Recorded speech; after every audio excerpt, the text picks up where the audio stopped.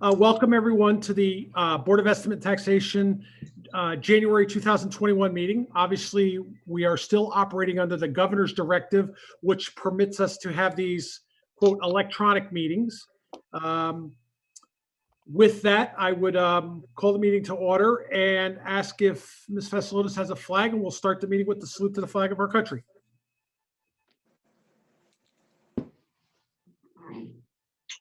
There we go. I pledge allegiance to the flag to the flag, the United States of of America, and to the republic for which it stands, one nation, under God, indivisible, with liberty and and justice justice for all. So before we get going, Ms. Crummick and I were in sync there, just for the record. We were in sync and we just, we'll work on it. Thank you, everyone. Good evening, everyone. We have a light agenda and a unique agenda tonight. I'll explain a little bit more of that as we go. We also will probably have a need for adding a general discussion item of the conduct of public hearings and the budget committee meetings. We have some technology, the budget deliberation, so maybe we'll add an item for that discussion and sort of have just a dialogue on that. But that brings us to our number 2 on our agenda, which is our routine applications. Mr. Drake. So our routine application is HD4 from the Health Department for $16,167, which is approval to use a grant. Okay, thank you. Discussion on that item? Okay, all those in favor, if we can use the hands, or we can... or you can do unanimous if you wish. Do I have a unanimous vote on that? Yep. Or anyone opposed? Hearing none, I'll just record that as unanimous. Thank you. That brings us to our non-routine items. On behalf of the Law Committee, Ms. Vassalotis, can we get the first item moved? Hold on a second. Yes. Hold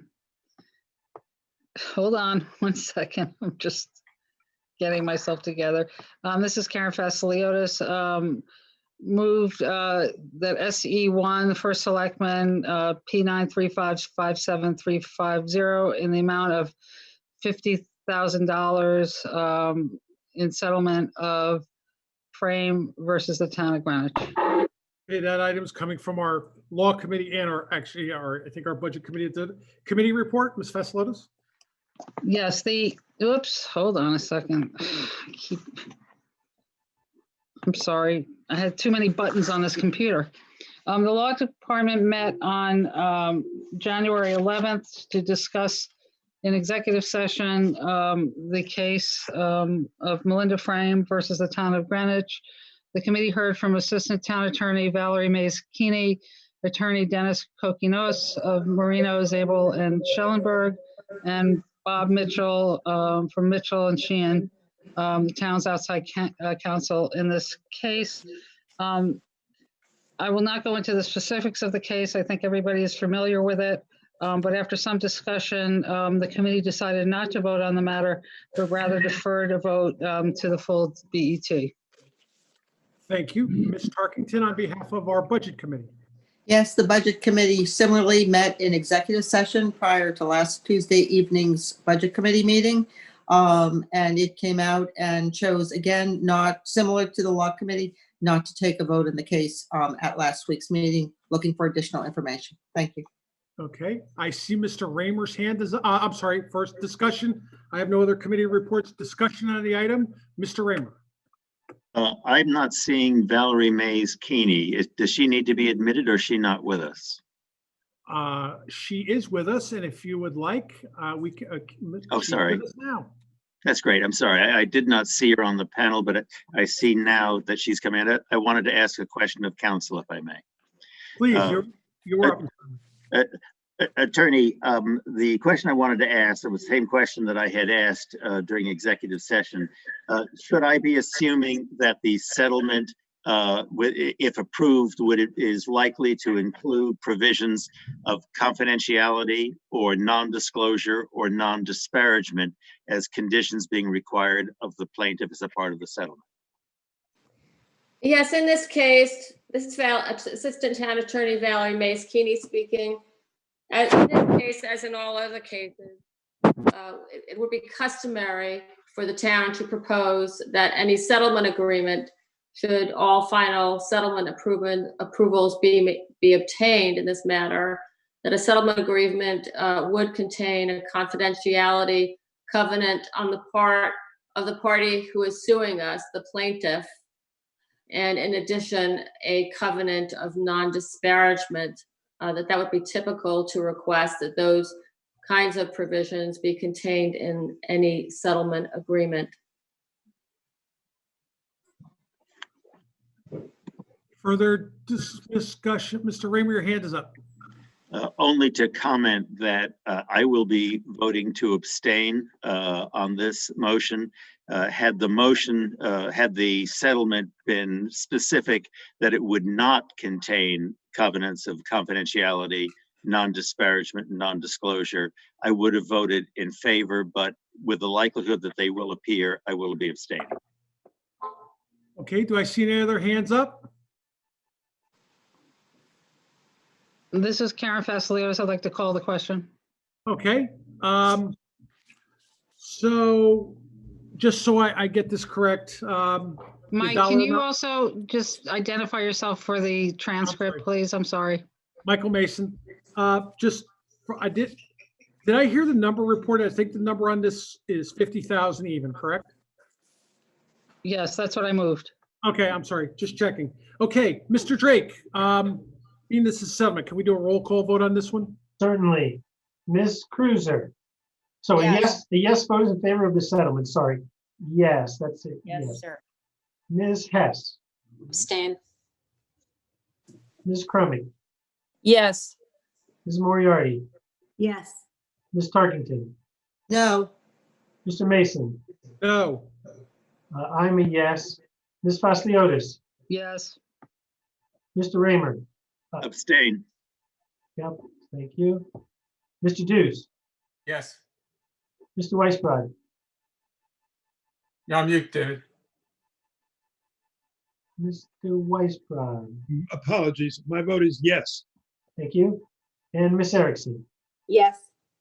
Okay, that is 1, 2, 3, 4, 5, 8 yeses, 2 noes, and 2 abstentions.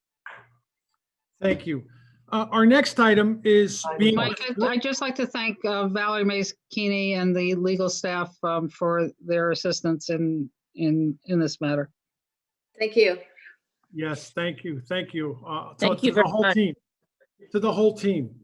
Continuing on, ED7 is being withdrawn. So before it's withdrawn, I think it's fair to just explain what's happened here. And I want to obviously thank, Roland for his guidance.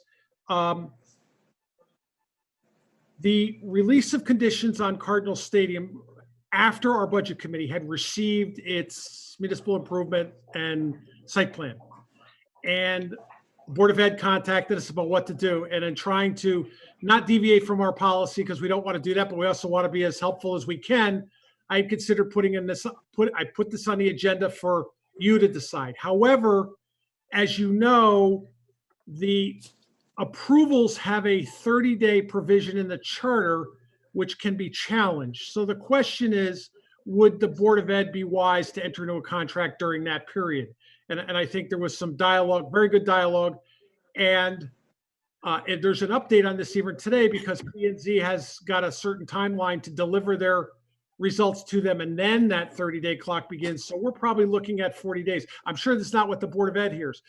So I'm withdrawing this item because we have all kinds of regular meetings that are well within that time frame for us to follow due process. But I think on our behalf, I think when we can, we want to try to help as much as we can with the department, but we have to be respectful of our policies and practices too. So that's why that was on there. So you can expect that to be on the budget committee agenda coming up and the full BET. So I'm sorry, and I hope you forgive me, but I wanted to make sure the opportunity was there if we saw a way around that. Which brings us to Mr. Mason, Yes, Ms. Leslie Moriarty. I just noticed that Board of Ed members, Dr. Jones, Mr. O'Keefe, and Mr. Watson are in the attendees. I didn't know, I know this item's being withdrawn, but I didn't know if you want to recognize them in case they had a comment to make. I certainly would be willing to do that if they wanted to do that. We always welcome their comments. And again, I personally, I mean, I want to reach out and thank Mr. O'Keefe and our role in having such a good dialogue and getting this straight. I think that's very helpful. So if they did have any comments, I would welcome them, and I can switch over to the attendee panel. If anybody needs to come over, we can do that. I don't see any hands raised, so maybe they don't. No, we definitely, but I think, you know, I look at it as we're trying to have Mark Keefe has his hand raised. Oh, hang on one second.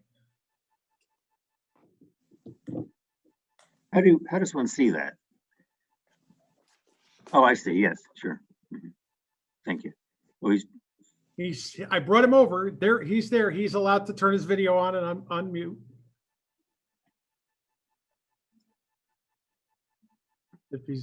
Are you there, Mr. O'Keefe? he's muted. Yeah, he's muted. He's there. Okay, maybe he's not there. Well, I'm here. Oh, good evening. Welcome. Good to see you. Can all hear me? Yes, Yes. sir. I was unaware of this being withdrawn. Yes. Well, as I mentioned, the dialogue between you and Roland, as you saw, the contract can't be entered into during that period, and we never got the paperwork. And I put it on there hoping we could consider the process, but it's with the MI hold for the 30-day period. That's why it's being withdrawn. This way, it'll be on our regular schedule for our upcoming meeting. When you say that you did not get the paperwork, I'm not sure what that means. The blue sheet, the request to release the conditions with all the land use approvals and what have you. Mr. Chairman, if I might, this is Karen Fassiliotis. I think the reason it's being withdrawn is, number one, the P&Z hasn't issued their formal decision yet, and apparently they do that within 10 days. Is that correct? And then the second reason is that there is a 30-day appeal, and to release the conditions within the 30-day appeal you would not be able to enter into, or it's not advisable that you enter into a contract until that appeal expires. So that gives us more time to have it go through our budget committee, the normal channels, and get it to and get the necessary information out there. Point of order. I'm not sure who's making the decision here. Is the applicant withdrawing, or is there is no submission from the applicant? Okay, and again, I'm the one who's trying to expedite for the Board of Ed, but we don't have an application. We have regular meetings in place, and quite frankly, if you remember, we had the same thing on the last. Ms. Moriarty, help me. What was the last one? We had the same issue. We had to wait for the time frame before it was for the same exact charter provision. What was that project? I don't recall when a department's come to us before the 30-day period. Usually they only come after the 30 days. So this was unusual in that particular case. We can take, if we wanted to, we could take up the item and make our release subject to the time frame that they're not challenged in that 30 days, since they are all here. But I'm taking it that the chair is making the decision to withdraw the item. Well, this is Karen Fassiliotis. My concern too is that I don't think that P&Z has issued their formal decision yet, from what I understand. So that the condition really hasn't been met, because they may have voted at the meeting, but their formal record hasn't been issued yet. So my point of order, if you don't mind, the chair has the prerogative to set the agenda, but the chair did in fact set the agenda, and there is a blue sheet in our packet. Once it's on the agenda and before the body, the matter now belongs to the body itself, no longer the chair. And the body can vote to continue it, it can vote to approve it, it can vote it down. But I don't believe the item is any longer under the sole control of the chair. I could understand if the applicant is saying the matter is withdrawn, then as far as I'm concerned, it's withdrawn. If the applicant is not withdrawing the matter, it certainly is within the province of this body to vote to continue it until such time as the impediment of the appeal period is not there. Those things could happen. But what I don't think is appropriate is for the chair to decide that the matter is withdrawn. I think the item now is the property of the body as a whole. I think that's Robert's rules. Thank you, Mr. Raymer. So I would say to this, I would not support release of the conditions until we have met that, as in our past practice. And I also would say that if we put a condition on it, you're actually just making the department come back again. And that was my intent to avoid. So, Matt, sorry, at the appropriate time, I would make a motion. Okay, Ms. Tarkington's hands up. Yes, two things. I'm happy to make a motion to postpone this item to the next meeting. I believe it should go through the, well, I'll make a motion to postpone and then I'll make a comment. Thank you. We have a motion to postpone. Sharon Fasliota seconds. Second, discussion on the motion to postpone. So I believe it should go through the normal process, including the budget committee and the full BET. And I believe we should wait for the receipt of the P&C MI and decision letter, similarly to what we did at our September and October meetings for the release of conditions on phases 1A. Okay, Mr. Raymer, you had your hand up. I'm inclined to support the motion to continue this to the next meeting. I would be grateful if the chair would give Mr. O'Keefe the opportunity to speak to it. I'd like, from their point of view, what their view of the continuation of the matter to the next meeting would be. Thank you. Ms. Moriarty? I also would like to hear from the Board of Ed, but I do want to point out that our next meeting is exactly 4 weeks from now, which is 28 days. So it's very possible we find ourselves in the same condition, same situation where the MI can still be challenged. So I just want to make sure that people are aware it may end up moving to our March meeting, and I'm trying to see even when that would be. But my guess is there is an impact on the Board of Ed's plans and expectations, and I would like to hear them comment on. It's March 15th would be that March meeting. Okay. Ms. Erickson, your hand's up. I would like to have discussion on the item before we make a decision on how to proceed. My reading of the condition is subject to land use approvals, and I feel like the P&Z vote is sufficient. I don't think we put in other constraints in terms of the challenge period or what have you. And I feel like there is a reason that the Board of Ed asked for this to be on our agenda, which you generously acquiesced, because it is out of the norm of our procedure. And I would like to hear how this impacts the Board of Ed if we don't take up this item this evening. Okay, so I'm going to call on Mr. O'Keefe next, obviously. Just so you know, I had this on the agenda before we had the blue sheet. I was the lead on this, trying to get this done. So I was trying to be proactive as I could. But I would say this, I go back to the discussion. The land use approval has issues that go with it that may have strings, and we need to see that document as we typically do. So I'll be more than happy to call Mr. O'Keefe and ask him what the impacts were. I think, they're working on a deadline trying to get to March, and I'm really not worried of even, and I want to address Ms. Moriarty's point. If we're within 2 days, first of all, we're meeting 3-4 times a week in the month of February. So for us, this is a very simple thing, and it doesn't have to go to the RTM. So this is for us, there's no inconvenience to at any of these days to get this done. So I would say, in all candor, trying to reach out and help and be ahead of the curve. And now we have this. I'm aware of their goals. So Mr. O'Keefe. Yeah, this definitely will seriously impact our schedule. We were supposed to start with the foundation footings work a week ago, and that takes about 25 work days.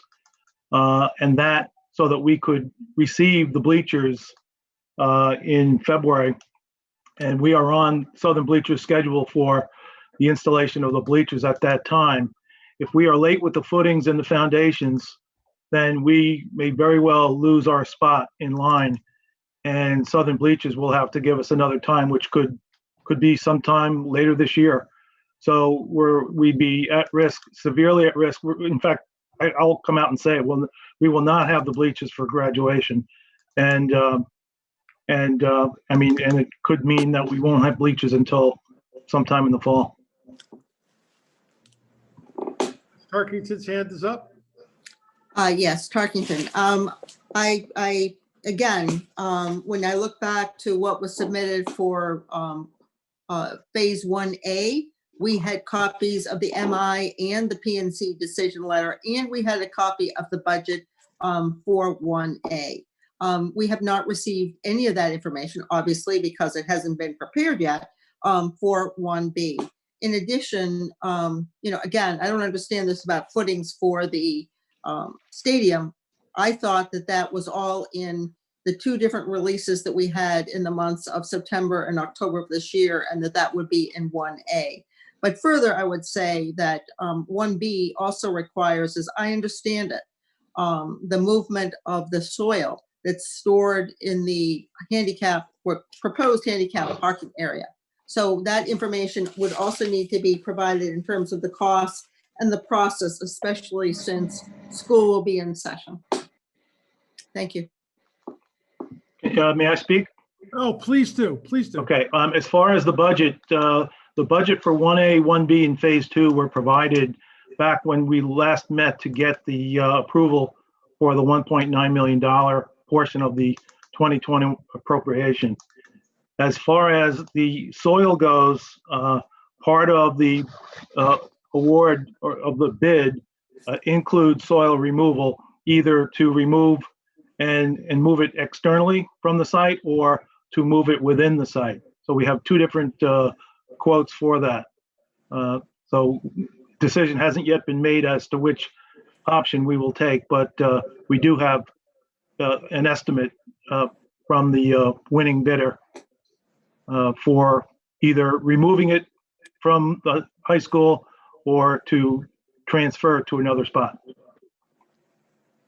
Ms. Moriarty? I just, Sean, maybe you can, through the chair, if I can ask Sean for a little clarity on understanding the construction means, because as Ms. Tarkington pointed out, you have access and you actually have encumbered, you've signed a contract for Phase 1A, or at least pieces of Phase 1A, the bleachers being your primary focus Yes, at the moment. We do have a contract for the bleachers, yes. So you're moving it, you've got your contractor in place, you're moving ahead, you had a schedule for footings. Can you tell us, how does approval and access to funding in the contract for 1B, which is the parking lot, impact the time frame and the schedule for the bleachers? Well, we have to award, the contract award includes both 1A and 1B. So it includes the footings, which are technically 1A, and it's also 1B, which is the home side bleachers, the kiosk, and ADA parking. But I would assume, if I can follow up, this is Moriarty speaking, I would assume that the contract covering the scope of work for 1B, the handicap parking, was an ad alternate to the original contract, because you didn't have the authority to enter into that phase of work, not till the funds are released, so that the contract is moving ahead in its initial phase, which is the bleachers. So that work's being done, the footing, tell me why the footings can't proceed on your schedule without this release. That's what I'm not quite understanding yet. The footings for, let me think about that. I think I'd ask Dan maybe to chime in on that one, if you could elevate him. Dan Watson. Thank you.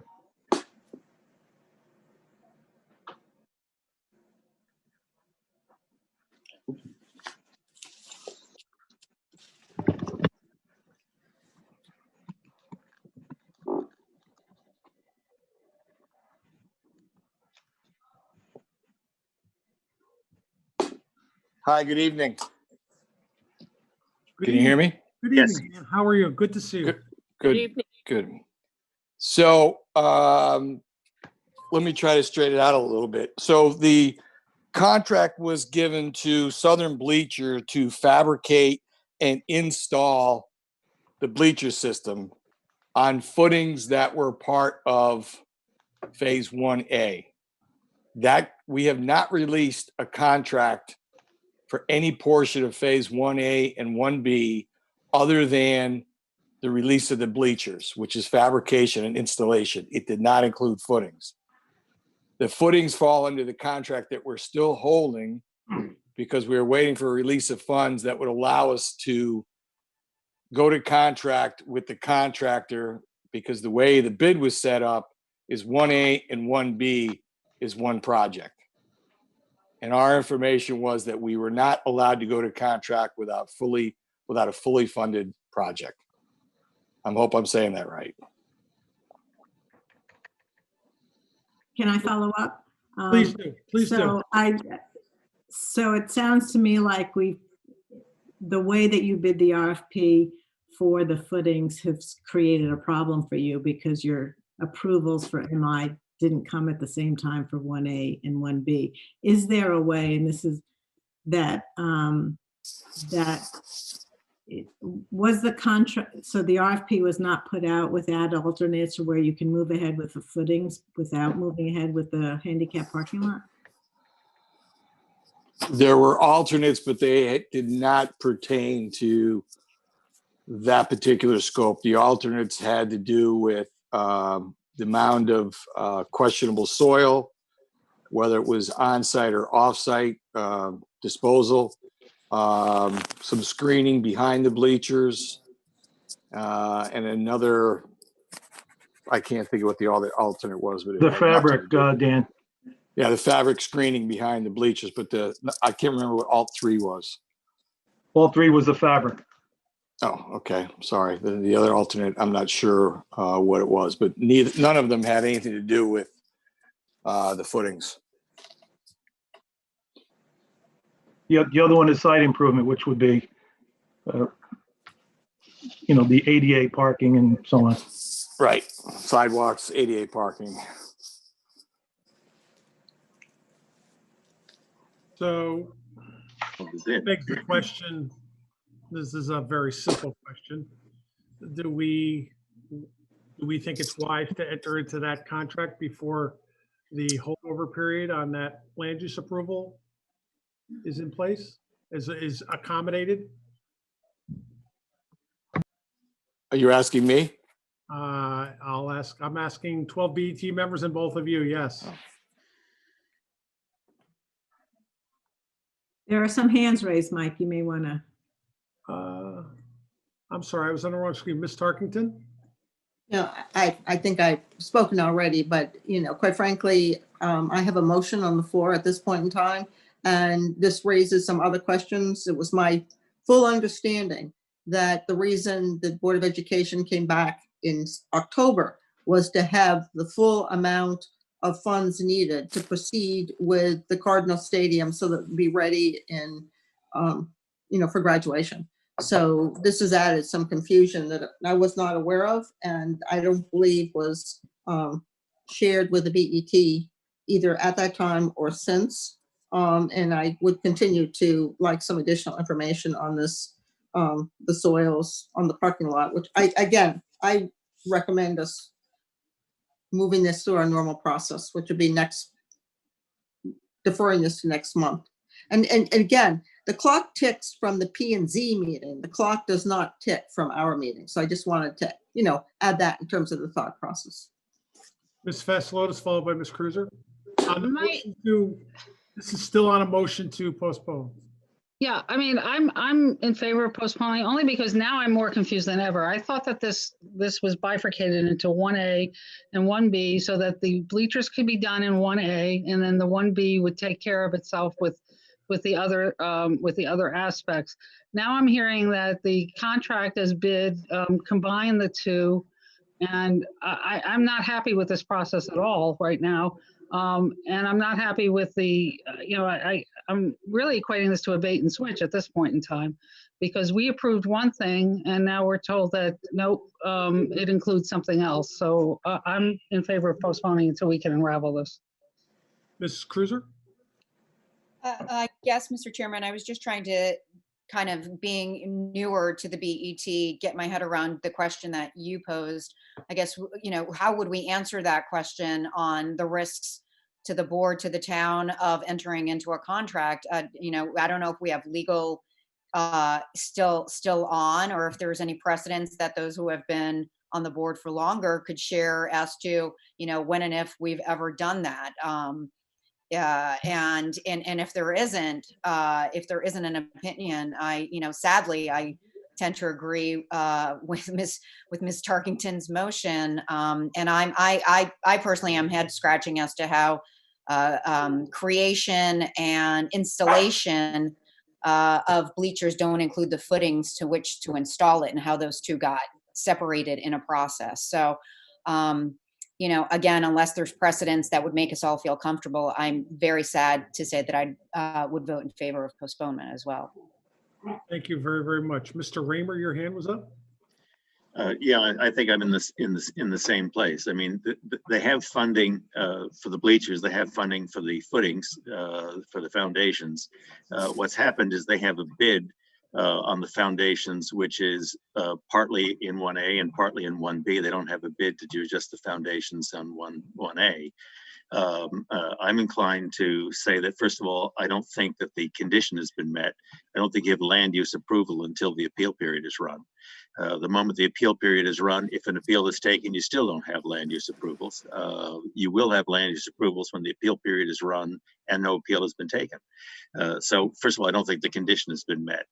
In the interim, if they can put out an RFP and get a bid to do the footings on just 1A, probably from the same contractor, perhaps from the same contractor, there's nothing that keeps them going forward and pouring the footings and having the fabricator of the vendors, the fabricator of the bleachers do the installation. It's right now it's the problem, I think, of their own making, that they've got a bid that doesn't work for the way the funds are laid out. So I'm going to continue to support Mrs. Tarkington's motion to postpone. I think, just to make it specific, so it comes up on a specific agenda, I'd like the motion to stay as a motion to postpone to our next meeting, meaning the February meeting. As our chairman has pointed out, if a further motion, further action by this board would be of assistance to them, we're going to be around actively during the month of February. I think the chairman's quite right. We could deal with almost anything that comes up. But for right now, the problem isn't a question of the release of these funds. It's a question they don't have a bid to do the footings on just 1A, and that's what they need to go out and get. Thank you. Further discussion on Ms. Tarkington's motion to, I like Mr. Raymer's interpretation. I just want to check with Ms. Tarkington to our next meeting. So, and I mean full BET. So if we have a special meeting, it would count. If we have a regular meeting, it would count. So I just want to be as helpful as we can here. Mr. Chairman, I think they should go through the budget committee where we have more opportunity to discuss some of these things. If you mean moving it to our February meeting or any special meeting thereafter, or whatever, but I'm happy to move it to the next February full BET meeting as scheduled. Correct. And it would have to go through our committee structure. Mr. Deuce's hand is up. Thank you. This is a question for Mr. O'Keefe. Is another RFP possible, which has a short time to get a separate bid just for the footings?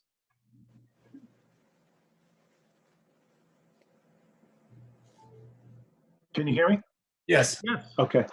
Obviously that would take a couple of weeks at least. So No, we're still waiting though for planning and zoning.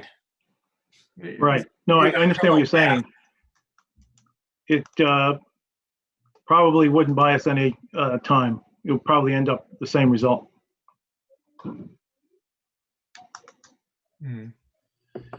Okay. Mike, you have Mr. Drake with his hand up. Yeah, I think, however this motion to postpone plays out, I think, unless other BET members want to say so, I think the big picture is the BET supports this project. We want to see this happen, do we not? I think. And so it's kind of gotten snagged in the clerical aspects of paperwork and approvals in the town, which are important, and procedures, which are important. But I think just to serve well all our interest in seeing this happen and to communicate clearly with education and Mr. O'Keefe and Mr. Watson, if we postpone this, I think it would be useful, just to move it forward, that we as a BET make perfectly clear what exactly we want and when, so that we don't again get in the kind of a confusion of that we expected X and got Y and the timing is Z, blah, blah, blah. So well, let's do whatever we do here, but afterwards, can we just make clear management directions so that our allies can have clear marks they can hit and we can go forward? Okay, so I think we need a roll call vote on the motion to postpone. Let me get the item. I'm sorry, PW3 to our next BET meeting. Okay, I'm going to read the names. A yes vote is a vote to postpone to our next BET meeting. Ms. Cruiser, Yes. Ms. Hess, Yes. Ms. Crumick, Reluctantly, yes. Ms. Moriarty, Yes. Ms. Tarkington, Yes. Mr. Mason. Yes. I'm a yes. Ms. Fasciotis, Yes. Mr. Raymer, Yes. Mr. Deuce, Yes. Mr. Weisbrod. Mr. Weisbrod, Muted? you're on mute. Ms. Erickson, I'm going to come back to David. Yes. Mr. Weisbrod. Yes, regrets that I was. Okay, that was unanimous to postpone. Just Okay. without spending many minutes, what clear direction can we give to our friends what we want and when? I'll speak to that if I can. Yeah. You want, go ahead, Mr. Raymer. You're Ms. Moriarty Okay. was up first, though. Yeah, Mr. Moriarty first.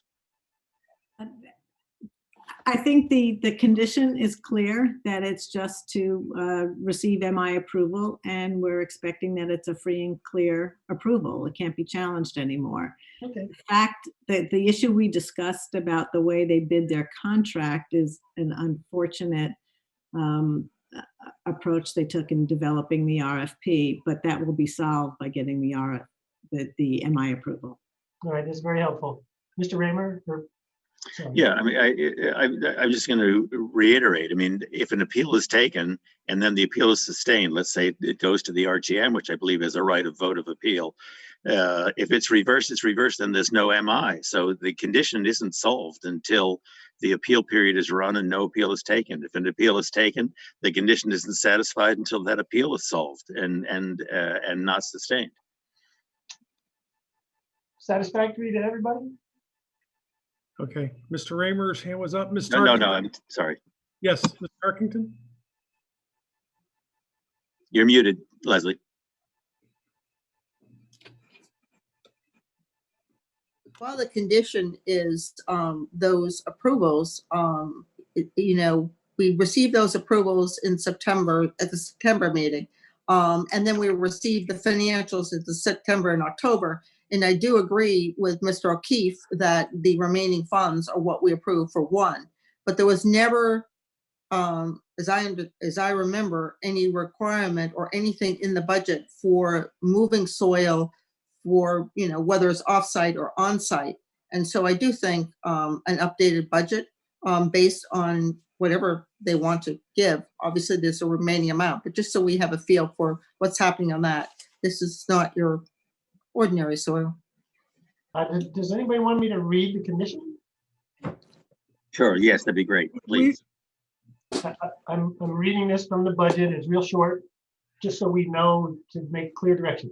This is GHS, Cardinal Stadium, 3,631,000, subject to release by the BET upon review and acceptance of the BET of a written report which confirms completed MI and site plan approvals for home side bleachers / press box, home side building below, handicap parking, entry kiosk, new light fixtures, existing poles, and information on private-public partnership funds availability. Thank you, Mr. Drake. Okay, next on the agenda, assessor's report. And by the way, just let me make a note while we're bringing Lauren to join us. You'll see on your screen that Dan Osimir is an attendee. He's not. He's on the. He's not a participant. He's not a panelist. He's on the attendee list. I don't know what's causing that. So just so you know. I'm sorry, but another point of order. Are we? What about Public Works 3, the Greenwich Avenue intersection? Oh, I'm sorry. I changed pages and I looked. Okay. PW3. That item comes before us. That is from a motion from our last meeting that has been through our committee. We've had the committee reports on that. I'm going to open up the discussion on that. This is another release of a condition. I've wrestled with this heavily. There was a subject to release, which I think for the most part that has been met. They've done traffic. The problem is the project sheet for this originally was for $200,000 for 2 intersections, right? We knew that. We all approved it. We were all unanimous on this, trying to help this initiative get going. The original first intersection needs about another $80,000 or $90,000, and there's discussions about pulling that from drainage, DPW funds and ADA DPW funds, and bringing the project up to almost $300,000. I'm miffed though because it's not 2 intersections, and we all supported that. And I do know there's likely a budget submission coming to us for the remaining amount for the second intersection and the subsequent work after that. We all supported this. I understand the issues. I think there's a dialogue about the police and certain positions in the table of organization for the police department being part of that. I completely separate the 2 items. This is a capital project for an enhancement of Greenwich Avenue. I think that we're all a little bit victim of the outdoor dining has taken off, and there's a big demand for that, and people like it, and there's more egress on the avenue. So I opened this up on the subject to release. I mean, we postponed it last month because we were waiting to see if there was going to be a submission for an interim appropriation to complete the funds in this year, or whether we were going to wait. So I would just say that's sort of my confusion on the item, I'll call it. So I'd like to open it up for discussion. Mr. Raymer's hand is up. So I will vote to support the release. I was one of the people at the budget committee. It wasn't relevant by the time we got to the full BET, but at the budget committee, I was supporting the keeping of the police on Greenwich Avenue. I still support keeping police on Greenwich Avenue, but as the chair said, I too feel that they're not connected. I think these improvements are very worthwhile. I support them. The $200,000 when it was put to us originally was understood to be sums for 2 intersections. I recognize that. And this now is turning out to be $300,000 for 1 intersection, and probably looking forward to things that are going to be on the budget for the upcoming year. Maybe another $750,000 or $1 million in total for all the intersections. We're not dealing with the other intersection now. We're not dealing with the police on Greenwich Avenue. We're dealing with this intersection and this set of improvements. Yes, the total cost is $300,000. Yes, $100,000 of that comes from other funds, ADA and the like, but it is $300,000 in total. Nevertheless, I support it, and I will vote in favor of the release. I think it's a desirable thing for the town. I do hope we get the police back, but even without the police or with the police, I think these improvements should be made. Thank you. Further discussion? Do I see any hands up? I don't see any hands up. Okay, going one more time. Okay, so the motion, if you vote yes, it's to release the condition on the Greenwich Avenue intersection improvement. If you vote no, it's to not release it. So Mr. Drake, where are you on the screen? At the other end of our virtual table, Ms. Erickson, Yes. Mr. Weisbrod, Yes. Mr. Deuce, Yes. Mr. Raymer, Yes. Ms. Vasiliotis. No. I'm a yes. Mr. Mason, Yes.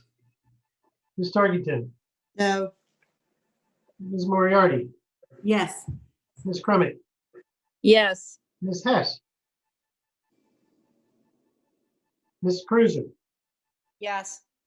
Ms. Hess. I'm going to abstain only because I support the project. But I think for some of the items identified in terms of the process and the 1 versus a 2 bump out. So I look forward to seeing the incremental request in the upcoming budget. Thank you. Okay, that item passed 9 in favor, 2 opposed, and 1 abstention. Okay. I consider that one of the tougher issues before us. And as we move into the next budget with conditions and subject to releases, we need to be very clear. That brings us to the assessor's report again. Okay. Good evening. This is Assessor Lauren Elliott. Mr. Chairman and fellow members of the BET, I'd like to present the assessor's report for January 2021. The 2020 grand list is complete. I will be signing the list by the end of this week. We will be sending out all change notices to be mailed to property owners by January 28th. Appeals to the Board of Assessment Appeals this year will be due by February 22nd at 5 o'clock, and the Board of Assessment Appeals will be meeting in March. Once I sign the grand list, the first selectman with the assistance of town attorneys will be notifying Office of Policy and Management that the town did not implement the revaluation on the 2020 grand list. The town will have to request a waiver for all penalties for not implementing a grand reval in 2020. As you recall, we had sent a letter to the Office of Policy and Management last spring, and they said they would be willing to agree to such a waiver. As to the private schools, all the schools have responded to the initial letters that I sent out in November. I will be reviewing their responses with the schools to understand more fully the facts and any concerns that they may have. And I will report back to the BET at a future meeting. Okay, does anybody have any questions for me this evening? Mr. Raymer. Just referring to your report then, if I may, on page 2, paragraph 2, I'd be grateful if, for the record, if you revise the last sentence of that to reflect what you just reported to us orally, and that is that you'll be having dialogue with the schools to understand the facts better, and then we'll be reporting back to the BET to review the matter with us with your recommendations. Certainly, happy to do so. Thank you. Thank you. Thank you, Mr. Raymer. Ms. Tarkington's hands is up. yes, Mr. Chairman, I would like to ask through you, the assessor, if she could just provide a few highlights of this fiscal year October 1st, 2020 grand list, and just a few highlights so that we have a feel for where it's, moving. Even it's attached to our report. However, it isn't signed, so we do know that, could be some changes. As to the final totals of the grand list, is that what you're? Yeah, just a couple highlights for the public, just to, give them a feel for what's transpired over the past year in terms of the town's grand list. Okay. This year, actually, we had an increase in the real estate of about $218 million. That's reflective of mostly building permits and new construction within the town. As far as motor vehicles and personal property, motor vehicles, we actually went up in value on motor vehicles. Surprisingly, the used car market is apparently doing much better than we had originally thought. And as far as personal property is concerned, we were able to maintain value, even though we did lose some some accounts, we went from 3,964 down to 3,782 personal property accounts. Those are businesses that do business here in the town of Greenwich. We were able to increase the valuation by roughly about $5.2 million. So even though we did lose some businesses, we still have some growth there as far as personal property is concerned. Overall, the grand list went up this year, $257,061,003. That assumes my estimation for the Board of Assessment Appeals that they will reduce, and this is always, it's an estimate, that they will only reduce the grand list by 45 million. Last year, the Board of Assessment Appeals reduced the grand list by about 48 million. So hopefully this year it won't be, the reduction shall be about the same. Okay. Thank you. You're muted, Mr. Chairman. Thank you very much. I don't see any other hands. Can I get a motion to accept the? So assessor's moved. report? So moved, or second, whichever. Moved by Mr. Raymer, seconded by Ms. Tarkington. All opposed, I assume aye. Any against or abstentions? I don't see any. It's unanimous. I'll put that down. Thank you, thank you, thank you. Thank you. That brings us to the comptroller's report for the month. Good evening. Good evening. Peter Minarski, Comptroller speaking. I'll start out with the first page of the Comptroller's report. As previously reported to the Investment Advisory Committee and the Budget Committee, we had a $30 million bond issue, a $55 million note issue, and a refunding. And the notes and the bands were historically low since we started the program in 2008. Also on the front page of the Comptroller's report, I reported an incident that had occurred right in the middle of the attempt to close out, prepare for the closing on January 14th. A few days before, I used the word unceremoniously, while communicating with the Hilltop Securities Director, Bill Lindsay. His phone was disconnected and his computer was shut off. And he had to contact me through his cell phone, and he was actually cut off from doing business with the town. He reported to me that the firm Hilltop Securities, based in Dallas, Texas, had closed the office in Connecticut. Now, this is not specific to Greenwich. He's got a partner, Mark Chapman, and between the two of them, they've got around 35 Connecticut municipalities. Some of them don't go to market every year. They might go every 2 or 3 years. Some go every year. There's a lot of refunding activity. So the Hilltop basically shut down the Connecticut operations. And Bill and Mark Chapman were out of a job. He contacted me late last week, and he landed on his feet. And he was able to reopen a Connecticut office with a New York firm. And hearing that, I dusted off the 2-year-old RFP, request for proposal, that we used to employ Hilltop Securities, and I sent it to purchasing. So we have a request for proposal in process. I know you were asking Sean O'Keefe about how long the process takes, and having worked through a number of RFPs, you just don't do them in 1 or 2 or 3 weeks. We're looking at a closing late February. The last time we did an RFP, there's only 4 responses. There's not many people in this business. It's dominated by 2 firms, Hilltop, and there's another firm, basically have all the business in Connecticut. So that's where we stand with the closing. We closed very successfully. Kudos to my treasurer, Natasha Yemitz. Hilltop dispatched their Rhode Island office director to help assist to close on January 14th. So we closed out without a hitch. Before I go further in the controller's report, I want to stop there. Any questions on the bonding or the financial advisory services arrangement? None? Extraordinarily low rates. Your Vice Bride. Yeah, no, Mr. Minarski, thank you very much. Given the unusual circumstances in which the Hilltop terminated the services of Mr. Lindsay Is there any need to consult further to determine reasons for that? Maybe there are none. It was really, but it's quite unusual. And just to ask the question as to whether we want to make sure that there aren't any other circumstances here that we should be aware of. I don't know how I could pursue it.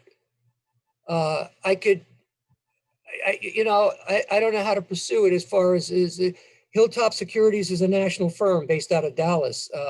If they tell me that it was financial and that just the Connecticut market wasn't profitable enough for them, I have to take that as for what it is being truthful. Ms. Tarkington? Yeah, I just, again, for you, Mr. Chairman, I wanted to thank Mr. Menarski. I know putting together the official statement is a tremendous amount of work. And, obviously we had a success due to all the hard work of other town departments and meeting the budget, BET, and many others. But I want to congratulate and, send to Mr. Menarski our appreciation for great work.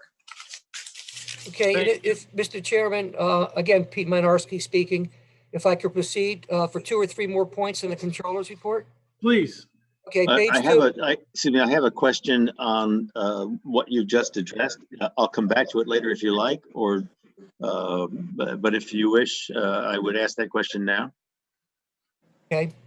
It seems to me that if you're going to go through an RFP process to fulfill that contract going forward, if either Bill Lindsay's new firm or new association or Hilltop are to be considered as bidders, I think it's part of the due diligence for you to make a simple inquiry to respond to, tell you what happened. You made an allusion to, you said that if they tell me it was done for purely financial reasons, I have to accept it. I would accept that too, but I don't know that that's been said to you yet. I think I would, speaking just as one member of this board, I'd like to have you make the request. I don't mind your taking on face value the answer that you get, but I'd be a little reluctant to be contracting either with Hilltop or with Mr. Lindsay's new firm in a setting in which I did not even make the inquiry as to what in the devil happened here. Thank you. Ms. Erickson, I think you have a question on the same subject. I do, but I apologize. My dog decided to bark. I just wanted to ask, this is more of a comment, not a question. I just wanted to ask Mr. Menarski just to review the contract with Hilltop. And if, there are services that weren't rendered or, what have you, that we either seek remedies or not pay them if there's a balance due owed that they didn't perform. That's all. Thank you. Peter, you're back up. All right, page 2, the annual reports, we hired, you all know that Elaine Brown left October 1st, and we hired Shira Davis, and she's wonderful. She assumed the role of handling the controllers, the annual reports, and we got them all finished in December, and they're being forwarded to the BET for a vote in either February or March for acceptance. The fire study is on. We're going to have a public hearing, as you all know, Thursday, and that has been completed. And just finally, as a follow-up, beginning on page 2, the TCM, the Tyler Content Manager project, I want you all to note that on page 3, where we have all the bullets, the third from the end, Tyler Technologies acknowledged fault in the delay of the project and gave us a credit for $13,500. The project is back online, and it's I can't say we're back on schedule because we're 9 months behind because of COVID, but it's back on schedule as far as completion this spring. Any questions going further? Further questions? Before I get a motion to accept the controller's report for January 2021, I'd like to ask Peter or Roland, can you assure that we're going to get through this budget process with all these Zoom meetings and everything? You're going to lead us through, right? Shake your head. Yes, we were looking for commitment here. No, thank you very much, Peter. We're looking forward to it. No. And when we get to talking about our Zoom meetings, that what you pulled off with the town administrator in the town hall meeting room to make our budget meetings a little easier, that was another phenomenal job. And we'll talk about that a little bit later. Can I get a motion to accept the controller's report? So moved. Moved by Seconded. Ms. Tarkington, seconded by Mr. Raymer. All those in favor? Aye. Aye. That brings us to the treasurer's report. Can I get a motion, treasurer's report for the month of January be accepted? Can I get a motion? So moved. Moved by Ms. Seconded. Tarkington, seconded by Mr. Deuce. Discussion. All those in favor? Aye. Aye. Opposed? Abstaining? Abstaining. Thank you. So I'm with Mr. Drake. That's 1101, Ms. Crumick. Okay. BET standing committees, I did not have any reports. Liaison reports, I did not have any that came my way. Although I think IT, and as I just mentioned, IT, the town administrator and our controller deserve accolades for what we're about to learn about how we conduct meetings. Number 8, special projects reports of the BET. The fire study, as Peter mentioned, is 7 o'clock on Thursday. So that's the full BET public hearing. Tomorrow night, public hearing is only the budget committee. So that's a full, we are getting in written comments. Shear is receiving those. I believe we put it on the agenda. Karen, Leslie, help me. The cutoff was at the start of our meeting or at the end of our public hearing? No, Close the of cutoff, meeting. No, the for the cutoff- fire study, Leslie. Leslie, Oh, for the Tark- fire study. fire study. It's a close of the meeting. Okay, so what we'll do is we'll take all of those written comments, and they are coming in, and we'll attach those to the minutes in the way we did it, so we'll have a record of that. Mr. Deuce? Cher is out of the office for the rest of the week. Is there, will that be an issue? I do not think that's an issue. I just got 3 emails from Shira now. Okay. So I think Shira's definition of out of the office is going to be interesting. We're very lucky, and I think we're seeing the department put a lot of training into getting her up to speed and getting help and showing her around, which will definitely pay dividends. Mr. Chairman? Yes. Again, Pete Monarski, Comptroller speaking. Roland actually was integral in with Jenny Larkin in training Shara. So if there's any issues, Roland will be the backup this week. We don't anticipate any. Okay, no, that's very good news. I am, it's a hard role stepping in, filling Elaine's job. It was, and again, it takes training and it takes communication to do that. And we're here to help too. I mean, we're all here to help.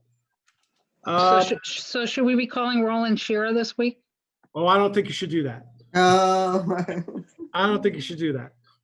Okay, old business, I had none. New business. Ladies and gentlemen, I want to apologize for not getting you books and novels and state statutes and everything ahead of time. The COVID world we live in is really hampering government. I don't care what anybody says, it makes it harder. I have an item that we have talked about, and I'll use my own terms, we've complained about, and that's the annual contribution to the pension fund. So in the typical fashion, I started some work on this, and I will tell you the reclassification in the police department was the icing on the cake. And at the same time, our controller, Peter Monarski, had gone out to our actuary, to our retirement fund and our retirement committee, and we've just basically gotten frustrated. I'm going to share some discussion notes with you, and I'll go through it. It's very quick. And I'm going to ask you a question at the end of these, why we have a discussion. So just, if you can all see this, you can kind of follow along. Our fixed charges are expanding due to the annual pension obligation. Our current concerns as a retirement fund investment returns over the past decades have been below projections. Our annual contractual pay increases and reclassification, they also increase future liability when they happen. And a required, I use the word required, annual contribution covers the operating expenses and the normal cost and the amount to cover the unfunded liabilities. So there's 3 major parts to the $30 million that we write a check for this year. The BET is required to fund fixed charges section of the budget every year. We do not have the discretion to change that. This has been a continuing dialogue without seeking a formal attempt to find options. I consider myself guilty of that. I just want to share that guilt with you in this presentation.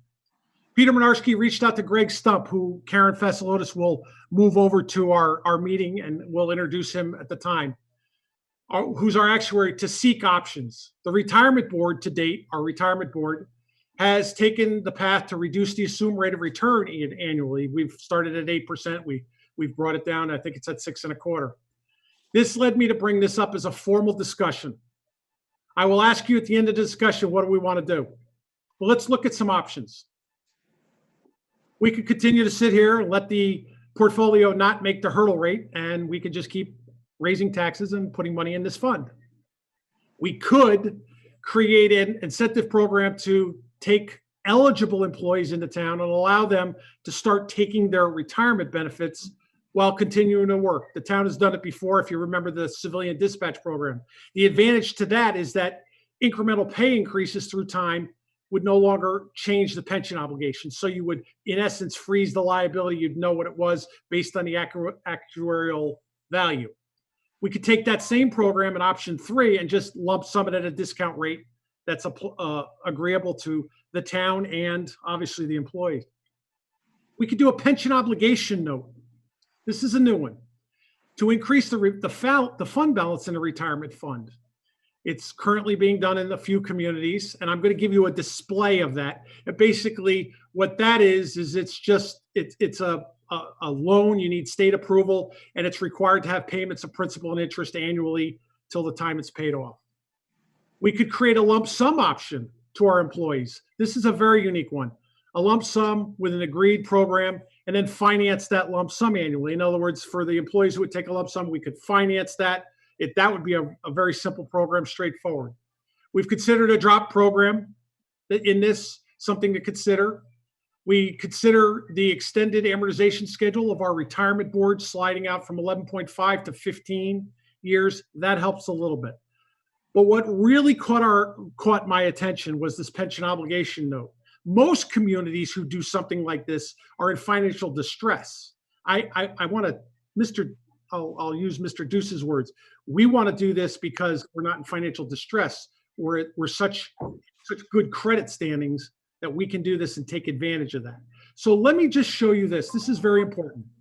This is our current year. We have to put $9.4 million in a pension. That's the normal contribution. It's in the charter. It's very clear. That would bring us this year to an unfunded balance of $147 million, or we'd be funded at 78%. And Mr. Raymer, Ms. Tarkington, some of us who have been here since 2009, when it crashed, it never came back. We used to be at one point, we were 103% funded, and we're just not. So if you add that up, that gives you your annual contribution at $27.8 million plus the expenses. I left the expenses out of that. So let's just take as an example. I'm just trying to show you, I'm not saying I'm in love with this, but I'm trying to show you we have options. We could take that and do it a little different. We could take that pension, the annual contribution of 9.8. We could do a borrowing, taxable borrowing at about 2.25% to 2.5%. We could put $88 million in as an example. That brings our funding shortfall to 59, which brings us to 90% funded. If you ask me why 90%, I'm going to tell you I have not a clue. You can ask Greg Stump when I run out of wind here. Then you would have an unamortized fund instead of 18 that you have to make the contribution, it'd be down to 7.4. But you have debt service. You have to add in the debt service on that. But if you bring in the debt service, you take the AD and basically see the savings at the end of the year. If we were to do this and the world stayed flat, never going to change, like we all believe. Well, maybe we don't all believe that. But you would be looking at reducing the annual contribution to the retirement fund, including covering the debt service, of $5.5 million a year. So let's do some simple arithmetic. If we borrow that money for 20 years at that interest rate, we're going to pay $21 million in interest. If we do it and the world stays flat, and we assume this, we're going to save $110 million in annual contributions. That caught my attention. The wizards of the town and all of us are going to have to refine that as one of our options. What do we do next?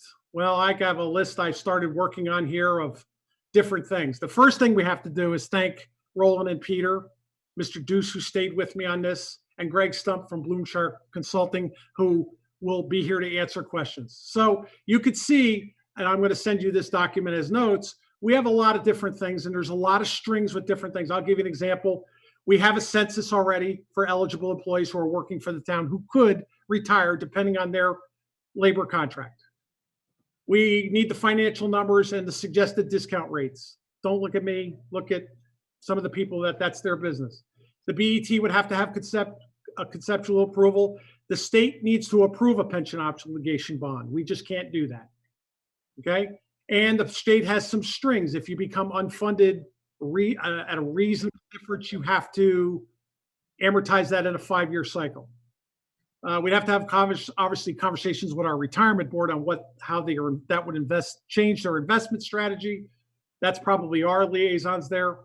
We'd have to have language for all the bargaining units in the MC. There's HR related issues about how it would work as far as payroll changes, et cetera. We'd have to create a limited window to do this. We just can't run this all the time. We need to sort of put this together in a package. And the RTM obviously would have to approve this as a legislative act across the board. So, and there's probably more. So before I get to questions, I have some attachments here on the Connecticut statutes, which you can click on a link and it'll give you all the. West Hartford has a current program. They're at 40-something% funded. I don't know how, it's not my business, but they're doing something like that now. And there's an interesting package there. And then so when you have this document, you can digest this.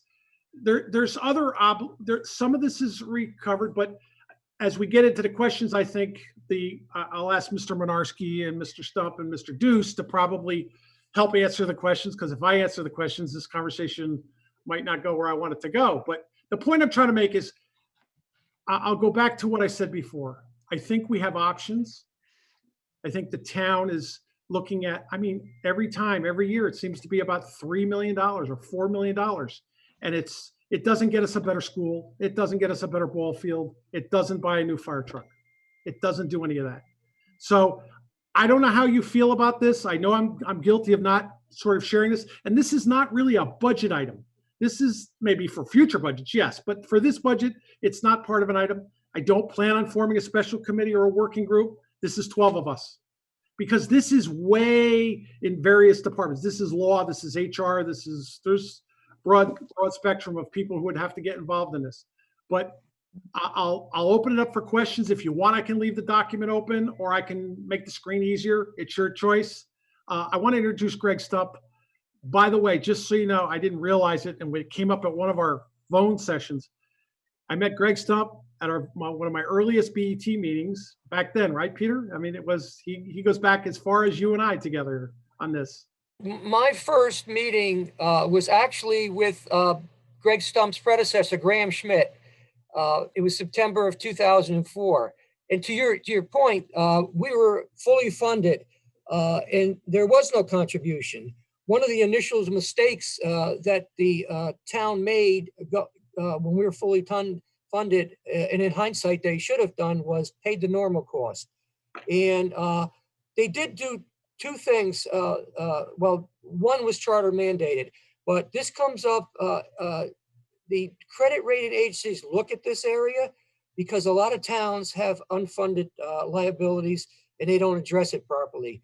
The town does two things correct. The first one is it's charter mandated that we fully fund what was formerly called the ARC, the Annual Required Contribution, which is now the ADEC.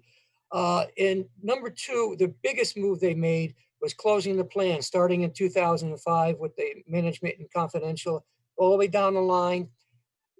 And the police was closed about 2 years ago, and the fire is in arbitration. But we did the best we could as far as addressing it. Other towns, how they get in trouble, especially the state, is they don't fully fund required contributions. But let me just stop there. We have Greg Stump, to Mike's point. He's been with us, I think, Greg, about 10 plus years. We got him through an RFP, request for proposal, and he's been around. And here's Greg. And I'll just turn it over to Greg. A couple of comments as far as the Greenwich plan. Yeah, I have a point of order, if I could, before. Mr. Weisbrod, your point of order. So this is an unusual process. I, for one, have not seen any of these documents, have not had any chance to look at these. Don't know if anyone on our retirement board has seen any of this. This is a complicated idea, may have wonderful merit. It didn't go through our committee process. And so I'm not in a position really to ask Greg Stump the most knowledgeable questions I have, because this is literally being thrown at me without any, due process or ability to look at it, study it, review it, or consider it in any way, shape, or form. It's really irregular. And I'll So your ask. point of information is you would like to stop discussion on the item? Is that your point of information? Yeah, I think it's premature to bring Greg Stump in on a matter until we've studied it. Your point of information is well made. Are you asking for a motion to discontinue discussion on this item? Yes, I make the motion. Okay, so do I have a second on that motion to discontinue discussion on this item?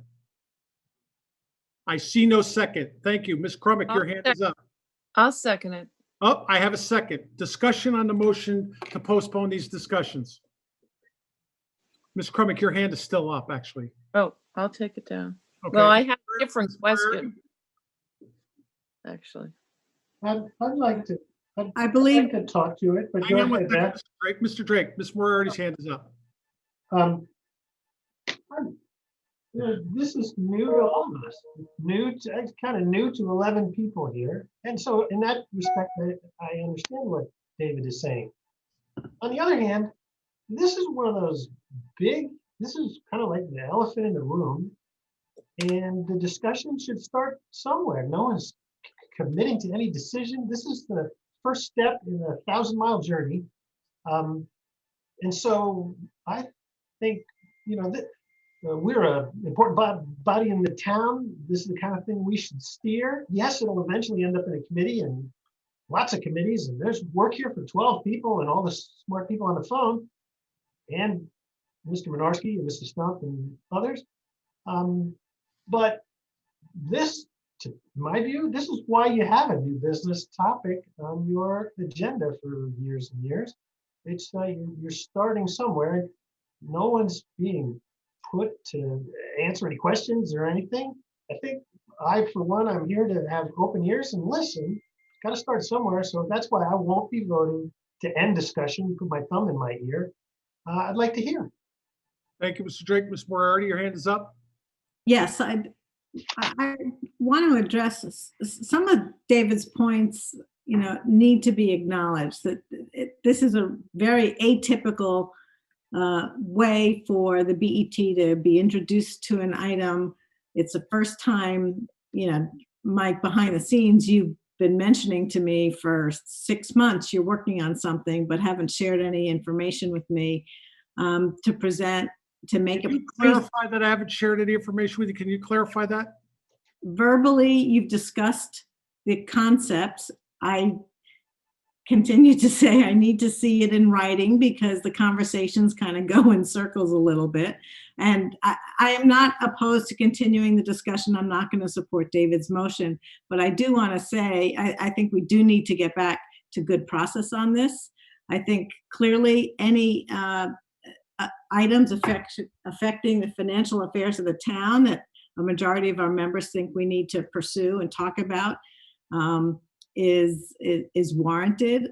I would say that I don't think the full BET can take the concepts maybe that are being proposed or the alternatives and bring it to fruition and answer all the questions. I believe in either our subcommittees or an ad hoc committee is best able to focus and to get the questions, answers, and the information out there. I would ask that you circulate the information that you presented here today. This is a kickoff meeting. I don't know what questions you want to ask Mr. Stump. I know that he will play a key part in trying to understand the issues surrounding this. There's certainly a lot of steps and regulation and analysis that has to go on into this. But I just, it's surprising that this kind of proceeded as far as it did without involving other members of this board. That's all. Ms. Cruiser, on the motion to end debate, end discussion? Yeah, Mr. Weisbrod's points are very well taken.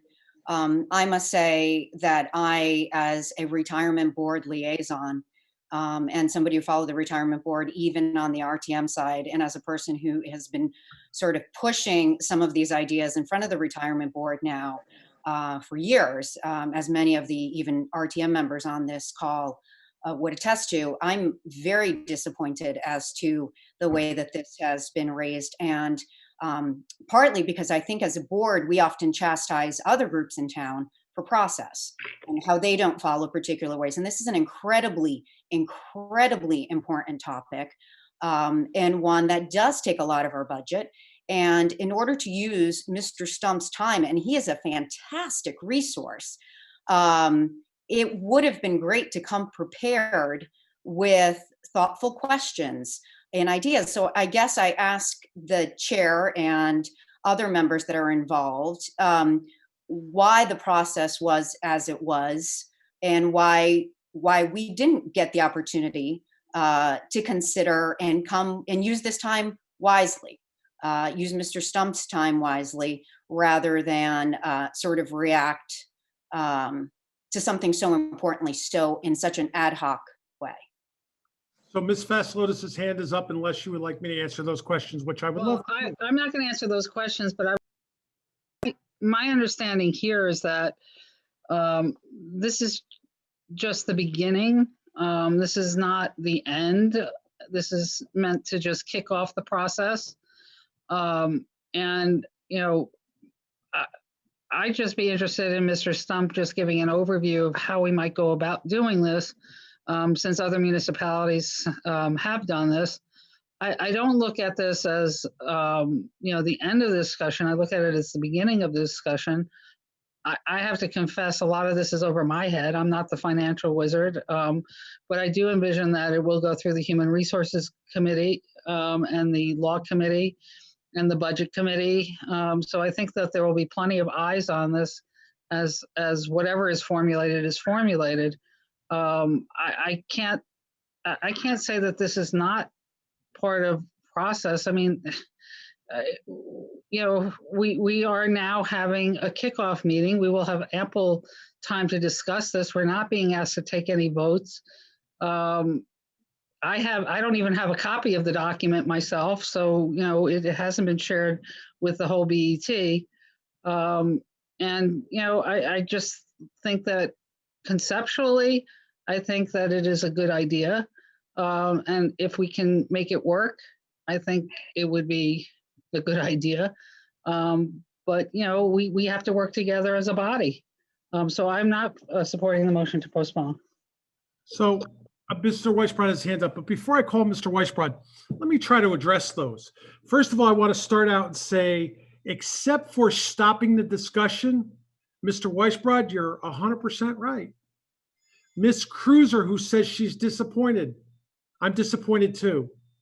Since 2009, nobody's taken an initiative to do something about the ever-increasing tax burden to our residents over being in this casino, which we call the retirement fund. I'm disappointed at that. I'm disappointed that every month we keep arguing at retirement board meetings about not making our hurdle rate or what our assumed investments were. So this item is unique, and I'm going to explain why this item is unique. I can't find any one department or board or commission in town that could take ownership of this. This takes retirement board, it takes board of selectmen, it takes RTM, it takes law department, it takes HR department, it takes probably 3 or 4 of our committees, and it takes an outside professional to probably coach us through this. So if we don't have a starting point, and obviously, you know, we're locked into Zoom meetings because we don't get to meet. We aren't meeting in town hall. We're not having any conversations. So if you can find me the appropriate body to hand this initiative to and say, I think this is important for the town, show me the way. But other than that, I think what we need to do is force ourselves to have a decision. Do we want to look at options for funding of the pension plan? I don't know which options are good or bad. I'm really not an expert at this. But if you would like to limit discussion on this, I read headlines too.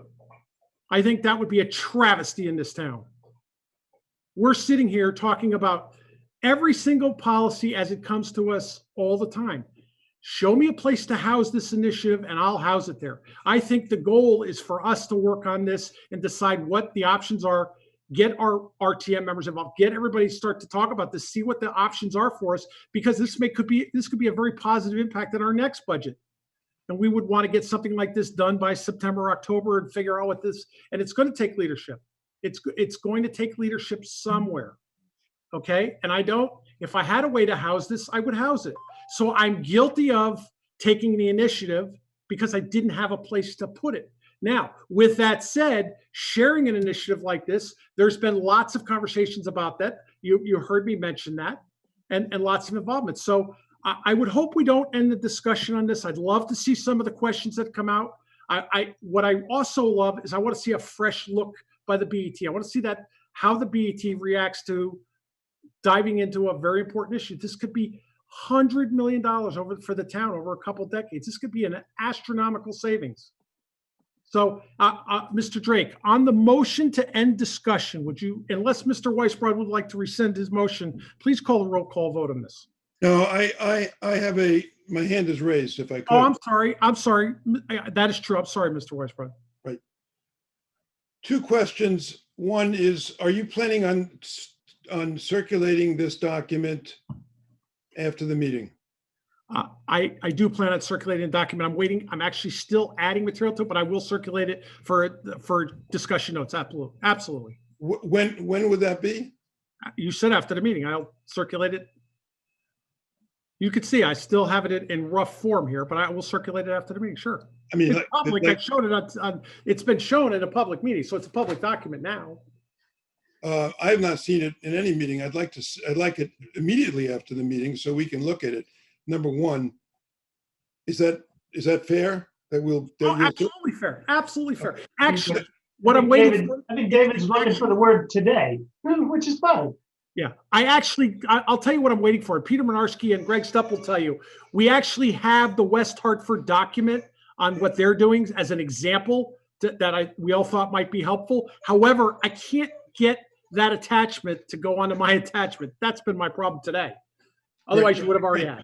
Second question, has the chair or any members of the retirement board seen this, or are they aware of this in any form?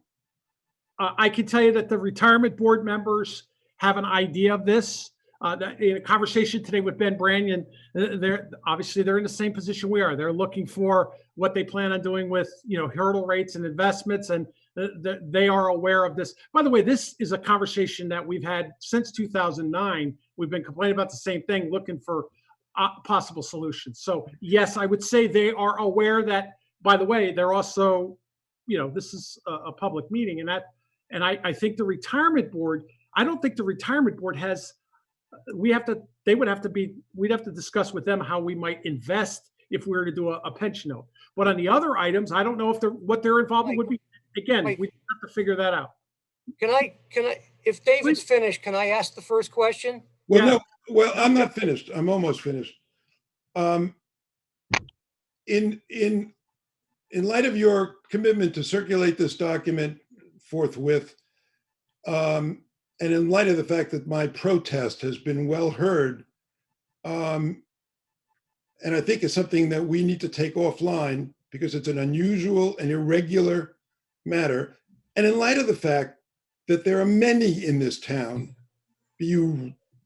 of any sort, that is open and receptive and has been in the lead on reviewing ways to address retirement board issues.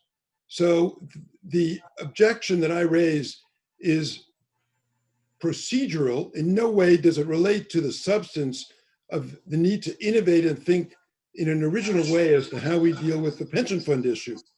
What I object to with real passion is the way this has been handled and the usurpation of information and the channeling of it in a limited way so that we destroy the notion of collaboration. It's very damaging and it should not happen. With that, I withdraw my motion to curtail discussion at this meeting. Who seconded that motion? Beth. It was seconded by Beth. I seconded it. I have Can I ask a question before I agree to withdraw it? You can do whatever you would like.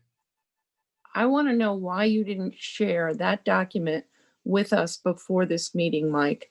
A Because the doc- 3-page, single-space document on a really important topic. I don't think anybody would disagree with you that we have to look at retirement funds in as many ways as we can to be an effective finance board.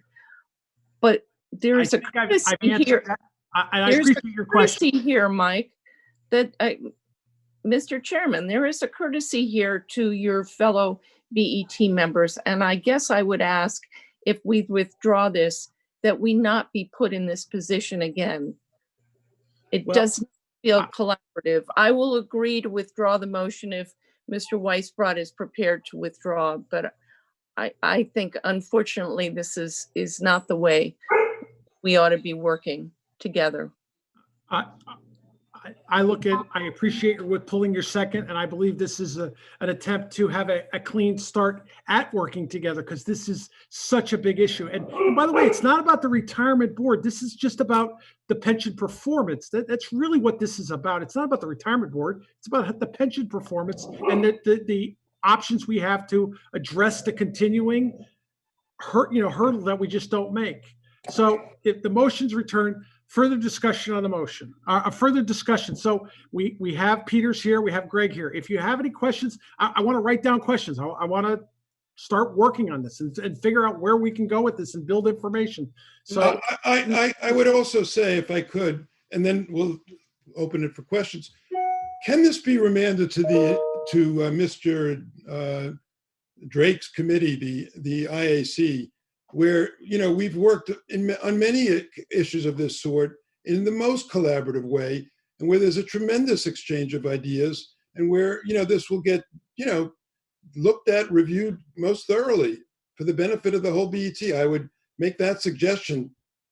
Great suggestion. Maybe I can make a motion to that regard. Well, we don't really have anything to send yet. I'm trying to get it to where we have something where we can send it to. That's the moral of the story. But I think that's a great suggestion, and I wrote it down.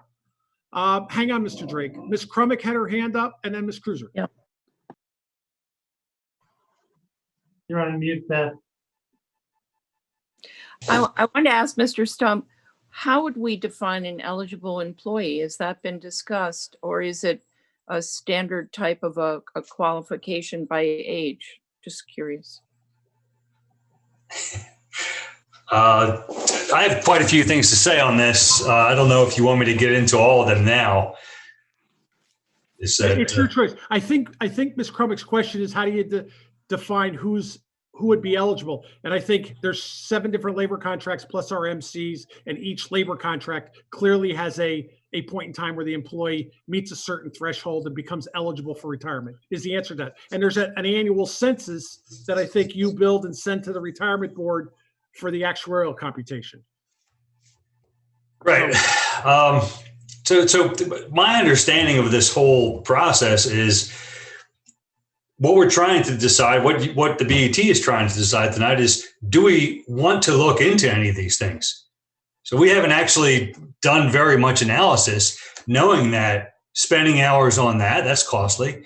But the question is, do we want to look into these things? And I think that's what we're trying to answer tonight. That's what you're trying to answer tonight. And if you do or if you don't, then that's I'll get my marching orders from there.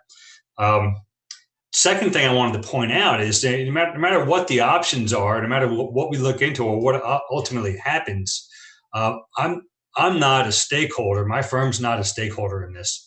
I don't get any commission if you issue a bond to finance the pension plan or offer some kind of incentive to eligible participants. So I don't have an opinion on this. This is what I'm trying to say. Another thing I wanted to point out that this was mentioned earlier by Mike, by Pete. The plan was 100% funded 20 years ago. Most plans were 100% funded 20 years ago. Unfortunately, what's happened is the pension benefit has become more expensive. Plan was assuming 8%, but it was actually assuming 8.5% before that for years. And that was not uncommon. We also thought people would live to their 70s. All the research that's been done with mortality, we know that's not true. People are living well into their 80s. The combination of those two things means that whatever dollar amount you're providing to any pensioner is just more expensive than we thought it was, than anybody thought it was. Nobody had the foresight to realize that. The next point I wanted to make is the Mike's notes that he showed a little while ago. There was an example in middle there with some figures for the next year's contribution. That came from me. None of that is set in stone, not even the before column, especially not the after column. But right, that page there. Number 7, I created that example just to show this is how it could work. But again, it's not set in stone. There are so many variables there. Number 1, it's not July 1 yet. We don't know what's going to happen between now and then. So we haven't run that valuation yet. Number 2, we don't know what the interest rate would possibly be on a bond. We don't know what the term, that's for you all to decide here. So that's just an example to show how there are potential savings. It is not guaranteed savings, but it's potential. The expected short-term savings and the expected long-term savings are both there, but the key word is expected. So there would be a lot more analysis that would need to be done. And I am not going to be able to answer very many specific questions, and that's intentional. Again, as I pointed out a few minutes ago, we didn't embark on this detailed, complex analysis because we being my firm, we need to wait to hear what you need to do before we go into any of this. And I think that's all I wanted to say. I'm happy to answer what I can, but I may not be able to answer very many questions. Mike, You're muted, Mike. Thank you. It's that dog barking. I think I said Ms. Cruiser followed by Ms. Hess. Thank you, Mr. Chair, and thank you, Greg, for being here and listening to all of our back and forth. So the first thing I will say, Mr. Chair, is to all of your suggestions and whether we should look at them or we should look at them with a partnership with the retirement board and those members. My answer would be yes. Yes. So I personally am all ears for anything creative when it comes to solving our retirement board contribution, which is, a huge part, obviously, of our budget and increasing so. One of the things, and it was interesting, I was actually having this discussion with an RTM member earlier. I've sort of got on the idea of the pension obligation bond when the market tanked early in the year, because there's something to be said for timing of what you do with that cash inflow. And so, I think one of the things to sort of ask Greg now is particularly on something like a pension obligation bond, would your suggestion be that we get the bones in place to sort of ensure that when the timing is right, we have the mechanics in place to execute? Or is, just what you've seen from what West Hartford has done, is it beneficial enough to just go ahead and do it and then figure out what to do with that cash afterwards? Where are you in terms of timing of acceleration of going through this process? Well, that's the $100 million question. I mean, the timing is the key issue for a pension obligation bond. There have been many, their POB is the acronym. There have been many POBs issued all throughout the country, since the 1990s and maybe even before that. But the ones that failed or, that they resulted in no savings, it was because of the timing. City of Philadelphia issued a bond, put a lot of money into their fund, 1999. So that's, and I can't tell you what the right timing is, but you're right to consider the timing as one of the key issues. So I think if it's going to get any traction here, if this group agrees that we should look into it, then that timing will become an issue later. But again, it's your decision.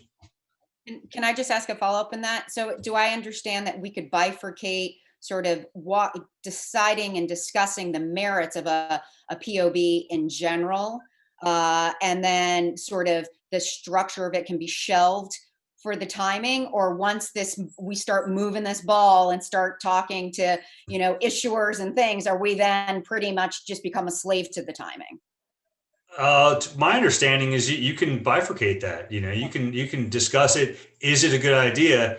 And then when do we pull the trigger? Okay. Yeah. Then yes, let's move forward. Peter Minarski had his hand up real quick before Ms. Hess. Can I speak? Please. Okay, Pete Minarski, comptroller and trustee on the retirement board. I wish I could have spoken about 15 minutes ago and some of the questions wouldn't have been asked. Yes, the chairman of the retirement board is aware. When I saw this was going on the agenda, I spoke to him and gave him a heads up. I spoke to the actuary on the retirement board, Mike Wasik. Between Mike Wasik and myself, and Greg, if you disagree, please stop me. The retirement board plays no role in this. The only role they play is when you give them $88 or $90 million, they have to decide how to invest it. And hopefully it's very conservative. And hopefully they don't make the mistakes that were made in periods like 1999 or 2008 or 9.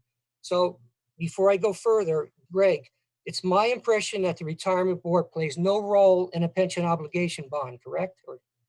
I don't think I would use the words no role. However, investment of the cash. It's not a retirement board issue. It's a financing issue. How does the town want to finance the pension benefits? Yeah.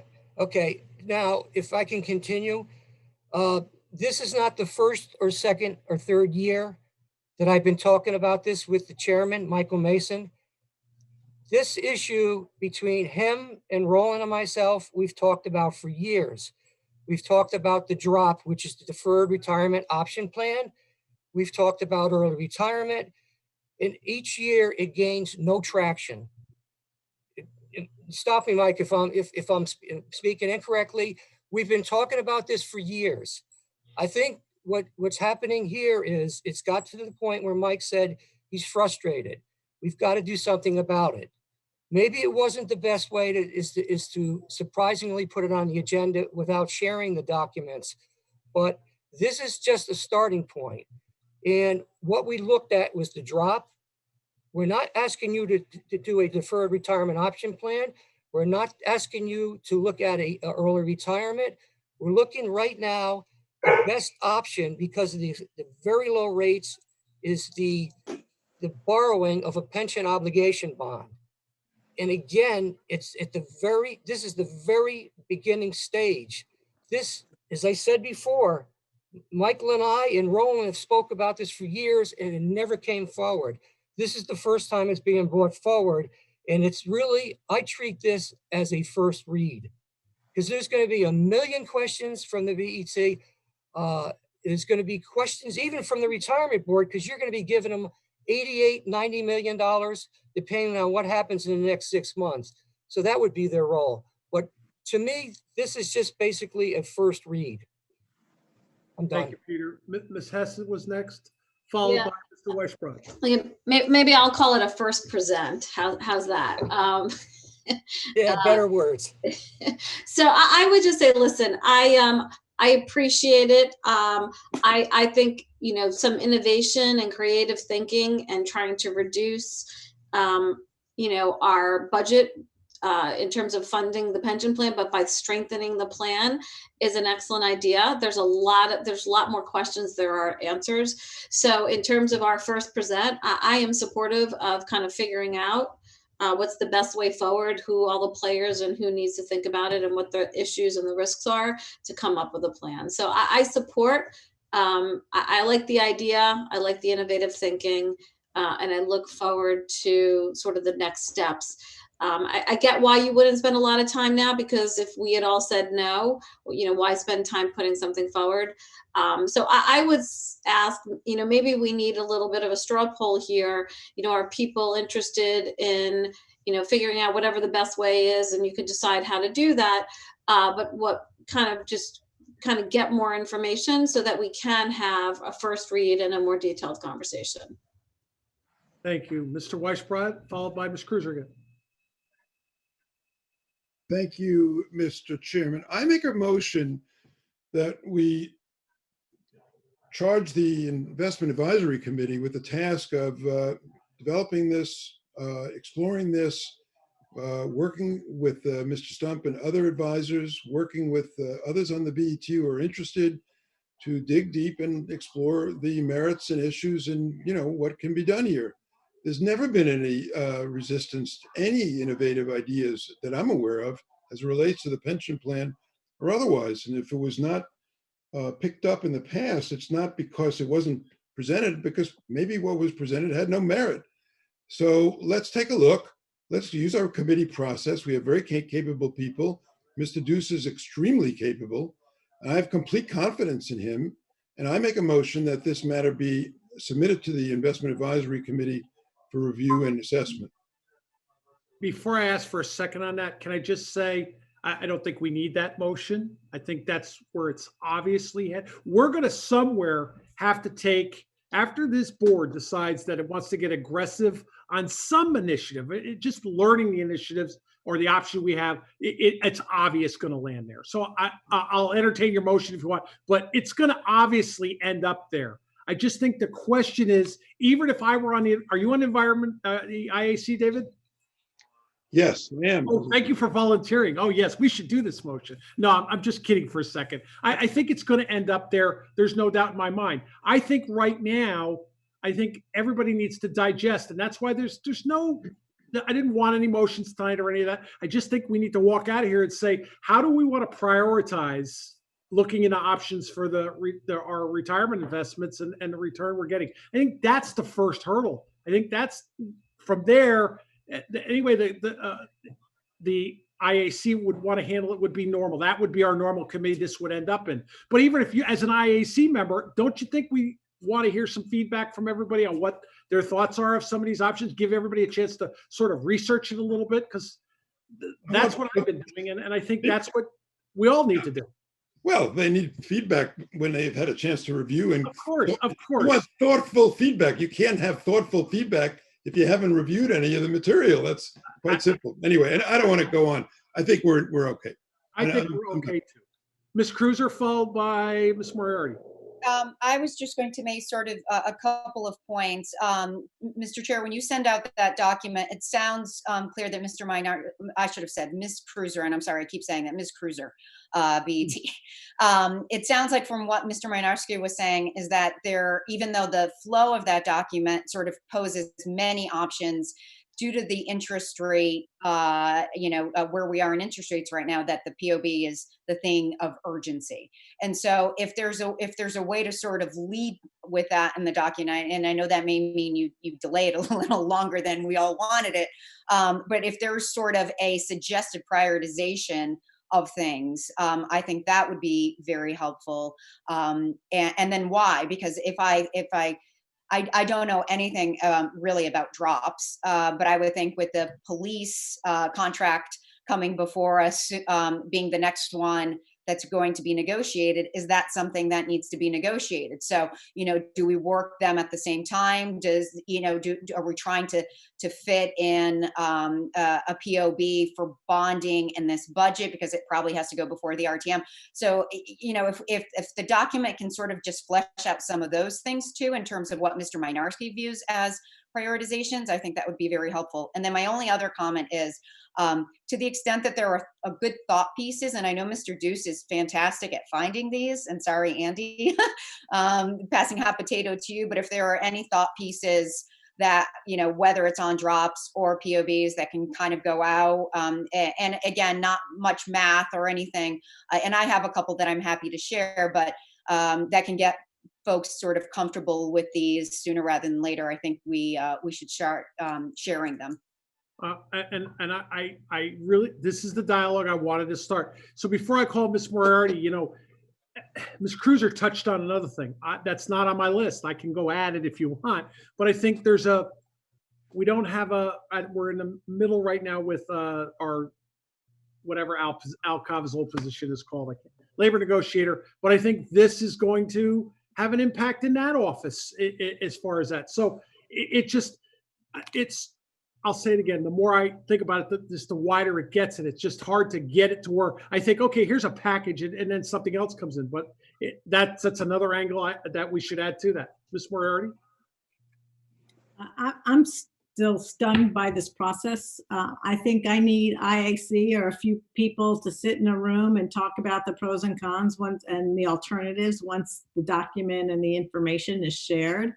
To me, that would be the first step, to ask for reactions to me of information, which I can't even read because it's so small on the screen, is just not, I can't add anything to the discussion. I'm disappointed it happened this way. I would support it be put on an IAC agenda if that's where you as chair are putting the responsibility. Your alternative is an ad hoc committee. But this idea, which Mr. Minarski says has been kicked around for several years, hasn't ever been on an IAC agenda that I recall. And so now's the time to get started. Okay, let me just lower that hand. Again, I accept the unhappiness, but as I would say to some of us on the board, everybody's had the opportunity to take a big item like this in the budget and say, we need to prioritize and make progress here. So although I'm guilty of doing exactly that, and I understand the comments and the frustration, but as I always say, at least somebody's doing it. And I mean that a little bit sarcastically, and I don't want to be that. I want us to work on this together. I think this is brutally important for the town. And I've wrestled with it, and I'll say it again. If I could find the entity to house this, you can't put this anywhere. You need at least the BET to say, we want to continue this dialogue and look at our options. We need that. I just believe that. Mr. Drake, or Mr. Minarski's hand was up, and then Mr. Drake. Yeah, I wanted to, in response to David Weisbrot's request, I just sent the West Hartford PowerPoint presentation to the BET. And I highly recommend, now, and I'm going to stick with the pension obligation bond, because I'm not a proponent of the drop right now, and not at all early retirement. But if you read this document, and coincidentally, Bill Lindsay is actually one of the people that's on the group that worked on this with the West Hartford. West Hartford is 40% funded, but this is like POB's 101. And that's at the request of David Weisbrot. I sent that. Michael still owes you the information that he's sharing on the screen that came from Greg Stump. And just to back up a little bit with the mention about the drop with the police that Ms. Gruser talked about, I actually, before Emmett Hipson left back in November, approached him on the drop. And he's not necessarily a proponent of the deferred retirement option plan. So if you're asking me if there's any piece here of the different options, which you're all looking to examine when it gets to the IAC, the only one I could see really going through right now is the POB because of the very low interest rates. But I just wanted to alert you that I sent you that document. It's an easy read, but it's a very difficult process to get through. And by the way, I couldn't get that document to download in the doc. I wrestled with it all day. Mr. Deuce, I'm sorry, Mr. Drake. And when I look at my screen, I see some extraordinarily talented finance people, Mr. Weisbrod and Miriam and Ms. Tarkington and Laura. And, there's work here for everybody. If you're all going to skewer Mike for not presenting it earlier, I'll help you skewer him because I didn't see it either. He did his work intelligently and wanted to put it in front of us. So we weren't uniquely disrespected. I think this is a big lift and it's work we should all undertake. So let's not worry about the way it was presented. There's enough work here for all of you smart people. My experience with this is to do the POB is one thing. For AAA credit like us to borrow a bunch of money, we can do that and put it in our pension fund, and that might be one good thing. But like a lot of things, you find that the hardest part of it is the people side. And here, some of the things that are on Mike's short list of 6 topics, I think, are the drop and restructuring retirement benefits. And that's a big challenge. It's probably a smart thing to examine, but let's not set it aside just because it's hard. You know, when we start talking about restructuring the retirement arrangements of everybody, this will touch the pensioners, it might touch the 401k people. There could be something very productive to do there. That's good for the town. It's good for them too. But yes, as Mike said, that's going to enlist our labor relations, and so the whole borrowing the 90 million and putting it in the plan is one thing, but a whole different thing, which still, in my opinion, definitely deserves to be examined, is what you all call the drop and restructuring it. We've tried these things, and it can be a big good step. Let me ask Greg. I think more of these are done in the private sector than the public sector. What do you think is the experience with, or that you know of, when companies go to their pensioners and say, how'd you like a lump sum? How'd you like to start it early? How'd you like to restructure? What experience do you think is typical? That's a good question. I do work with a lot of private sector plans, and I will say, just in general terms, when a lump sum is offered as a benefit option, you get a pretty high take rate. A lot of people opt for that. The most recent one I looked at, something like 70% of retirees opted for the lump sum if it was offered to them. If it's offered on a temporary basis where you have to tell us in the next 6 months, do you want this or not? It tends to be a little lower. But still, I would say maybe 50%. Wow. Offered before they get their COVID vaccine. So before, I think Mr. Deuce wanted to say something, but I would be remiss. Mr. Raymer, I haven't seen your hand go up, and you've got a chance to choke me like everybody else, and you haven't raised your hand, and I'm wondering if you have a nice bowl of ice cream there or something, and what am I missing? I wish. Mr. Deuce, where's Mr. Deuce? Yeah, I'm right here. I'm very pleased with everyone's intense interest. I mean, this is the first time I've ever seen us do something as old new business and actually have a dialogue about something. I think this is very productive. I'm very pleased with this, and I'll also be very pleased to follow up with my IAC colleagues and to push this forward a little bit. And I agree with Pete. I think the POB is a higher probable thing for us to look at. But to Bill's point, we should look at both. We can do both. Go down parallel paths here. One's designed to increase the pension assets. The other is designed to decrease pension liabilities, and it's done different ways. So I think this is great. I'm looking forward to digging into this. Good.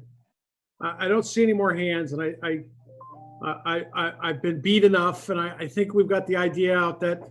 So again, as I said to you earlier, I'm not asking you for anything tonight other than we need to digest on this.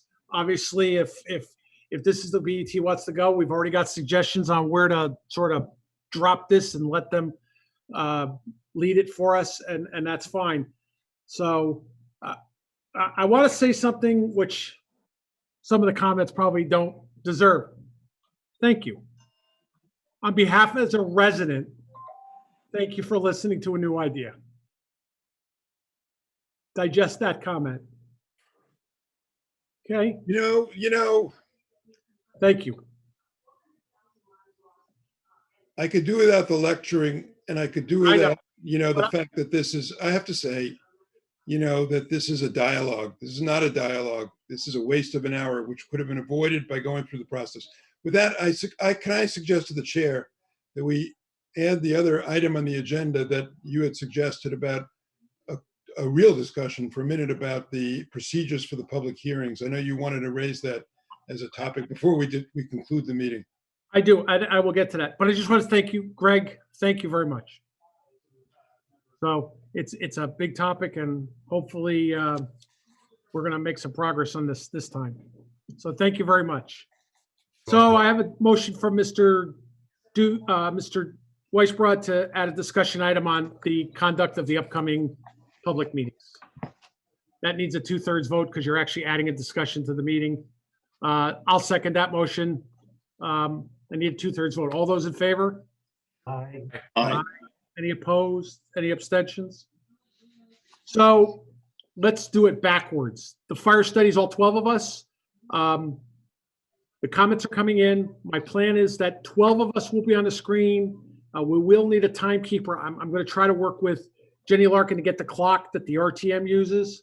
And although we normally don't participate in those, we'll have the hands up, and I'll get some help maybe between Mr. Drake calling speakers, Ms. Moriarty maybe helping out, keeping track of the list of speakers, because we want to give everybody a chance to speak at least once before we have any others. And then Ms. Vesalotis can be opening up the microphones. I didn't plan on bringing people over. Does everybody understand that? I plan on leaving the speakers as attendees and not bringing them over. Is just your thoughts? It's just a lot of work to bring speakers over and bring them back, because otherwise you'll end up with maybe a 50, 100 people on the screen, and that makes it hard. So thoughts, feedback on that one?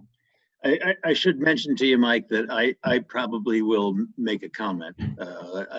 Usually the panel doesn't make comments. We sit and listen to the public comment, and Okay. I'm respectful of that. But in this case, there is one piece of it that I thought is worthy of comment, and I believe I intend to make a comment. I will ask you to get someone else to make that comment, not on the board. If you read our policy handbook, which you're on the committee, we encourage BET members to not participate in public hearings. So if I have to allow you to do it, then we can turn it into a public conversation. I have to let everyone. So I would ask you to consider that going into the public hearing.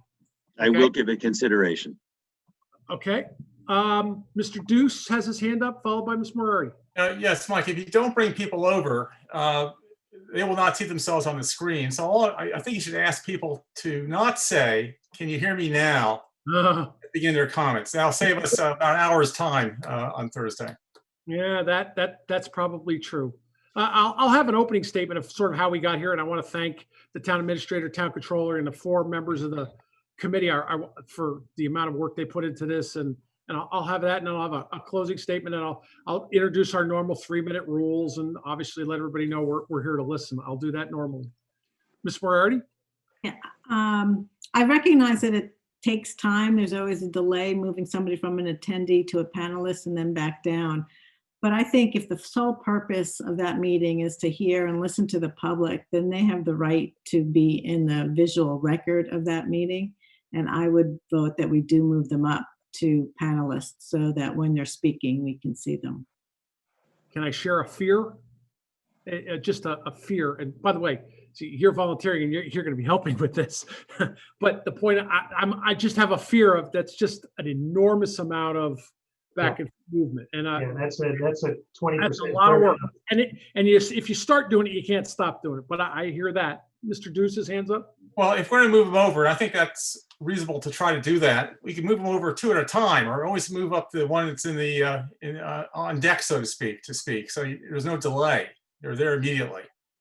That's a good point. That's a good point. Let me write that note down. Can I just say something though? Once you move somebody over, somebody must have brought Dan or Ozismer over for their name continues to remain on screen. Right. Which can be distracting. Also, it does take time for them to be promoted to panelists. So you're going to lose about 15 to 20 seconds as they come over. I think that if we follow what the RTM does not move them over to, unless they're a proponent or a speaker, on a committee. They just allow the people to make comments without bringing them over. Just a thought. Ms. Hess and then Mr. Deuce. I think we run the risk when we bring people over about Zoom bombing. And having been at a meeting where we were Zoom bombed, it was a pretty horrible experience. So I think that we need to control it. I think once they get over, it makes it harder. You have to react faster. So I think from a control perspective, I would minimize that potential risk. Mr. Deuce? Yes, Andy Deuce. Do we have a limit for Thursday night in terms of total comments received from the public? I think it's 3 minutes per person, but is there a total limit? No. No. Open-ended, huh? Yep. Ms. Crumick, Ms. Cruiser?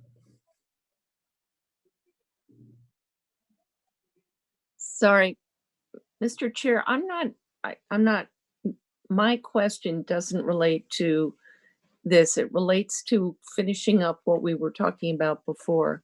And I just have a quick question. Did Mr. Deuce say that he was going to take up the POB in the IAC? I Or think- leave it open? He would welcome it.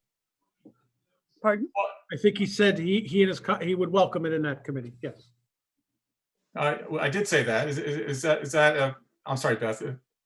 Well, I'm just trying to understand what next, that's all. Yes. On an important new topic. Yes. Ms. Cruiser?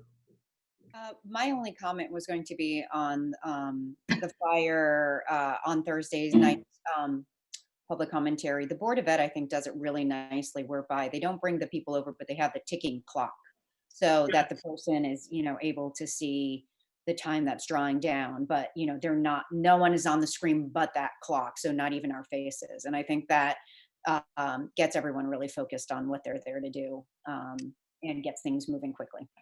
So you would say not have the BET members, or are you saying when the clock starts, the faces disappear? Faces disappear. Okay. Only the clock.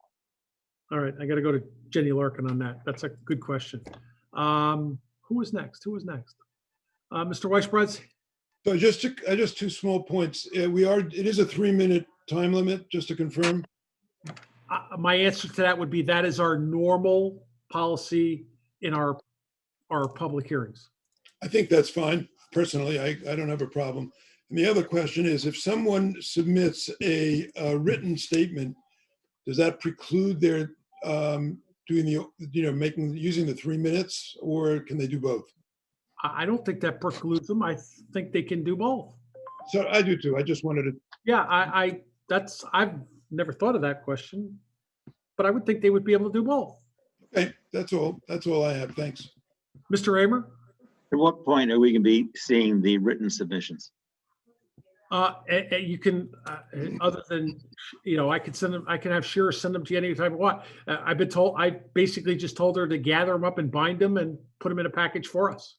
Yeah, I mean, I suppose there's no reason why we just as happy to receive them after. It just seems odd that people submitted written questions and we sit at the hearing and we haven't seen them yet. Yeah, no, I appreciate that. And by the way, that's why I think I asked that question before, and Ms. Faslotis answered it. They could do that even during the public hearing. Yeah, no, I got that. And I don't mind if there's some further ones. It just when somebody sent questions in last Tuesday, it just seems a little odd that they've not gone.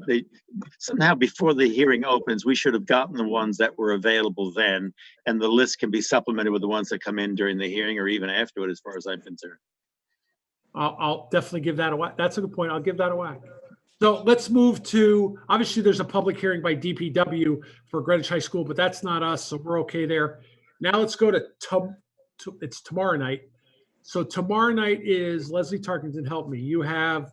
Yeah, let me talk a little bit about that, Mike. So tomorrow night, we will begin our public hearing at 6 p.m. Obviously, it's by Zoom. I expect to have the, four the budget committee members up on the screen, and hopefully Pete Minarski too. He's usually part of that public hearing. The first selectman will give his budget presentation. When I talked to him and to Ben, it wasn't clear whether Ben would be doing something also. So it's only noticed as fiscal year budget presentations by the first selectman. That will be immediately followed by the BOE chairman and the superintendent of schools. Again, we had some gaps last year. We're actually noticing this meeting this year, so that seemed to be a better way. People were more enthusiastic about that rather than having holes of time in the, while you're on Zoom. We may have just a minute or two break so people can, whatever. And then we're going to go to the public hearing. Now, we do have a form up online. It's been online, I would say, at least a week or so, or something like a week. The meeting's been noticed. The link to the form is also there. And so people are sending responses in on the forms, and, I will circulate all that, or Roland will in the morning. It doesn't come directly to me. And so we're going to do it in a format that these just print out or on your screen, that they're all PDFs and they all sort of follow one another, just in currently for no reason, just in the order that they've come in. Our plan is to have people speak for up to 3 minutes. There has been no prohibition, Jeff, for someone who has sent something in to speak again, but they'll be asked if they've sent written comments, could they please make their presentation shorter? That would be helpful to everyone involved. How we sort those out, that may be a bit tougher. I've asked Andy to work with me on that because maybe we can sit nearby. And so he'll be working on that. Jenny is going to be working on the cameras, and this also will be on the TV. And Craig Jones is going to be our TV cameraman tomorrow night because, of course, is having having surgery tomorrow. So we send him our best wishes. And so at the moment, we have no limit on how long this meeting will go. I'm a little bit worried, never having done this in the Zoom environment and knowing how many people it attracts, on how long it can go. And I think, at some point in time, we'll have to think about what's reasonable if that becomes an issue. I talked with Mike. I think Mike has suggested that we do sort of the thumbs up, or hands up, whatever it is, as to identify people. And Leslie has suggested we do it by group, but I'm worried that if we just start out too much with a group, that we might get stuck there. So we might have to limit how many minutes per group and go down our list on our form that people have filled out, and just pure form, and then return going top to the bottom to cover everything. Any comments anyone has? I certainly at the beginning plan to tell people, just start talking. If we hear silence, we're going to tell you, please unmute yourself, so that we don't go through the point that Andy raised earlier. I think that kind of covers, open to ideas. We've never done this before this way. I ask for everyone's patience because I don't think it's going to be easy now or throughout the budget season. And we're open to ideas and keeping this, as transparent as possible and as open as possible. But then, people have to think about, the balance to make it all work for all of us. So anyway, open to questions, Mike, whatever. Okay, the next meeting is, we have some new technology in town. I just need you to visualize this. I wish I had a way to show you what the plan is. During the budget discussions with the various departments, there's a new camera.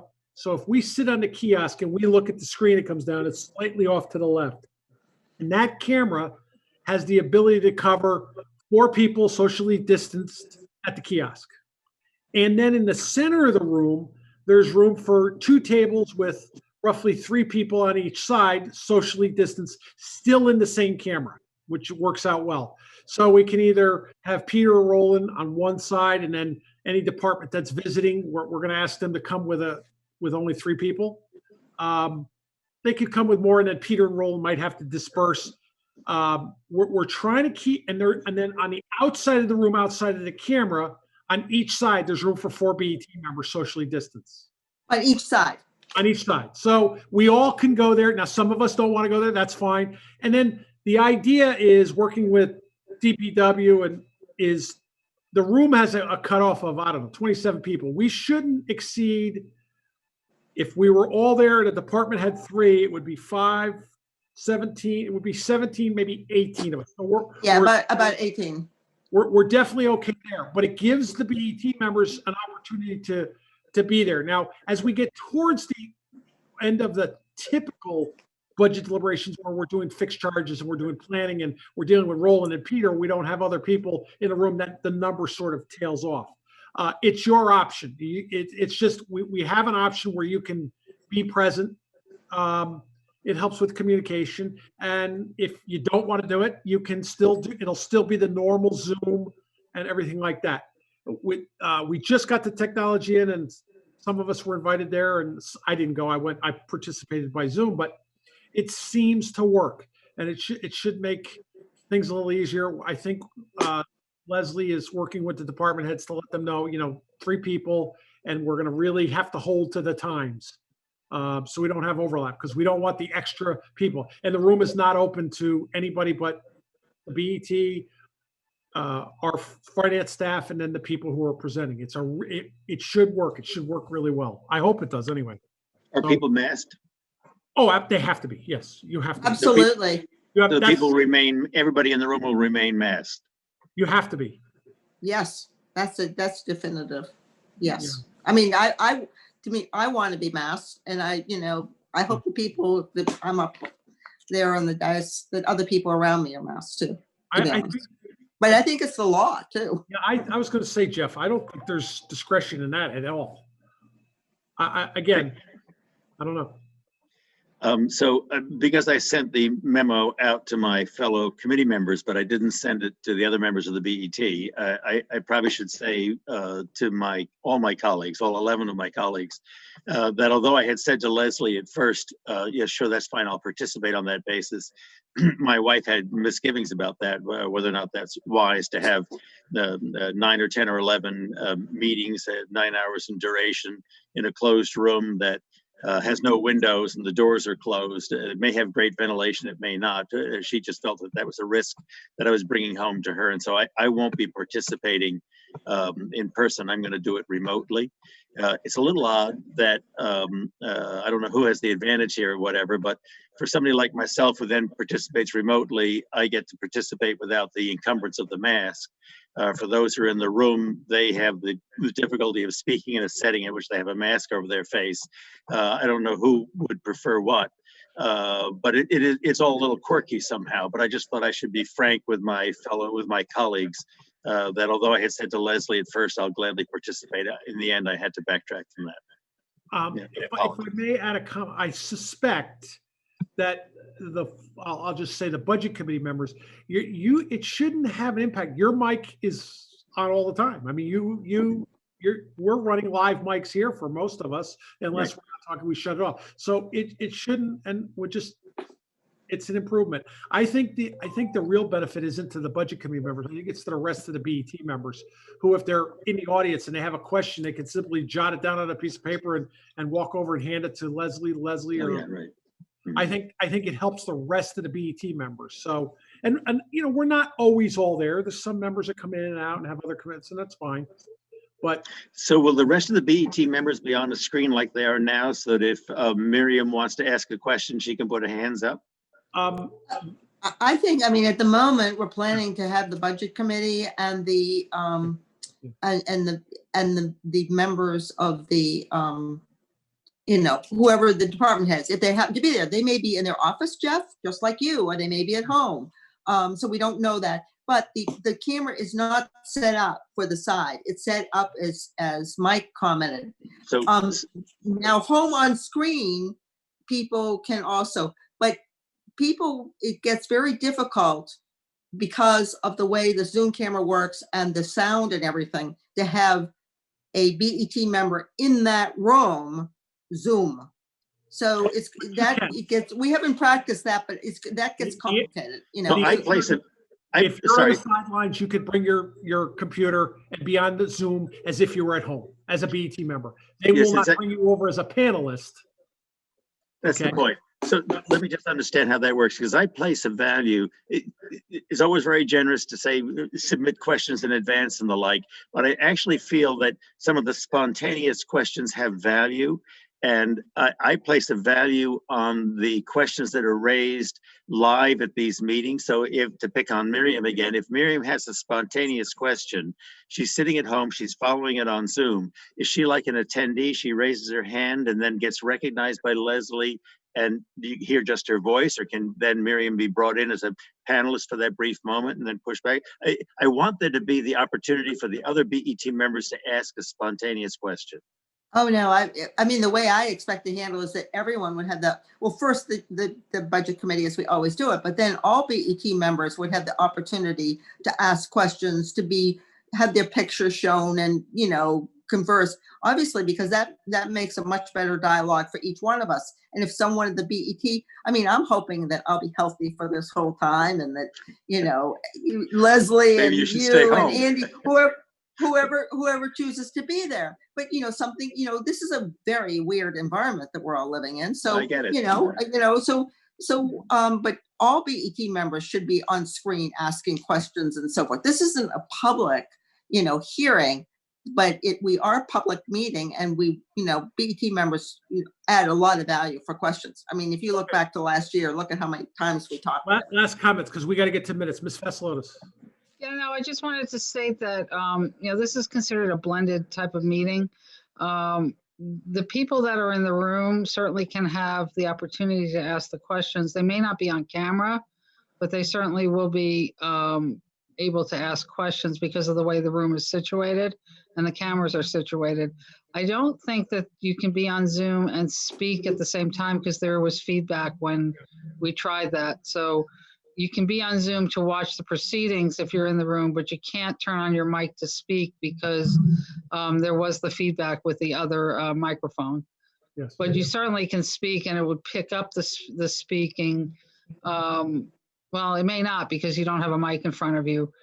So you would have to either go to one of the mics and speak, or we'd have to work that through with the town administrator. All right. Thank you, everybody. Chair's report. Chair's report. Obviously, there's a lot going on. Get ready for budget season. We have a lot of time, a lot of work ahead of us. Tomorrow night, your budget books have become available, so you should have those, or stop by and pick those up. If you can't do that, if you don't want to stop by and pick it up, let us know. We will do a courier service if need be to get them to you. I think that we can do that. The chair's report is just busy. It's just that time of year, and the Zoom and everything else that's going on. So we'll pass on that tonight. Minutes, Mr. Drake. Now, we have 3 sets of minutes tonight. Thank you all of you for your patience, and we're working this through, particularly Leslie Moriarty is helping me. What we're trying to do is put minutes in a shared drive in the cloud that everybody can read and will always be available. And I think after a few fits and starts, we're getting there. So we have 3 sets of minutes here to approve: November 16th, December 15th, and December 17th. The first 2 are as you see them in your package. The 17th one, the third of them, the December 17th, had some changes, which I did adopt, but between me and Shira, the wrong one got posted in the minutes in the package, but you got the revised correct one by email in the middle of the day today, which accepted all of Leslie Moriarty's comments, which were good and valid. So you have 3 sets here. Maybe I'll move them one by one, starting with the November 16th, 2020 regular meeting webinar minutes. So I have a hand up when somebody wants to. I'll second. Okay. This November 16th has been moved and seconded. Discussion. I have discussion. Mr. Raymer? I'd be perfectly willing, by the way, if it suits the body, to try and continue discussion between myself and Bill Drake to see if we can sort out the amendment. I submitted an amendment to Mr. Drake.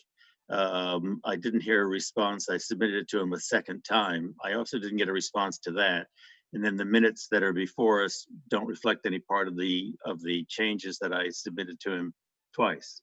I'd be glad to speak to those changes. I just think it's disrespectful when a member submits changes that there be no comment. You could, it's certainly possible for the clerk to comment back that I reject your changes in toto, but just to find yourself coming to the meeting and seeing in the packet is the minutes that just completely ignored the changes that were submitted twice. That doesn't seem like that's quite the appropriate way to proceed.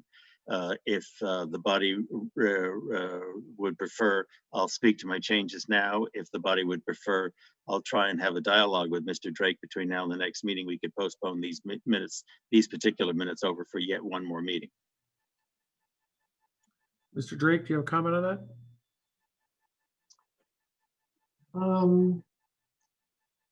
When Mr. Raymer emailed me on December 19th about the November 19th minutes at 5:01 p.m., I responded the next day at 9:45 a.m. So the accusation that I didn't respond is entirely false. I'm reading my email. Hi, Jeff, will you please open and respond to the email sent to all BET members at 12:59 Friday? So we could get into all of this, but just so everybody knows that Mr. Raymer has said I didn't respond, that is false. You didn't respond to the changes. You responded asking me to submit them, and I did submit them, and to that you gave me silence. Yep, and secondly, I think you can make a motion to change them if you want. Okay. I adopted the essence of both of your changes. I didn't adopt your particular wording because I thought it was unnecessarily aggressive and could be interpreted as a criticism of our elected tax collector.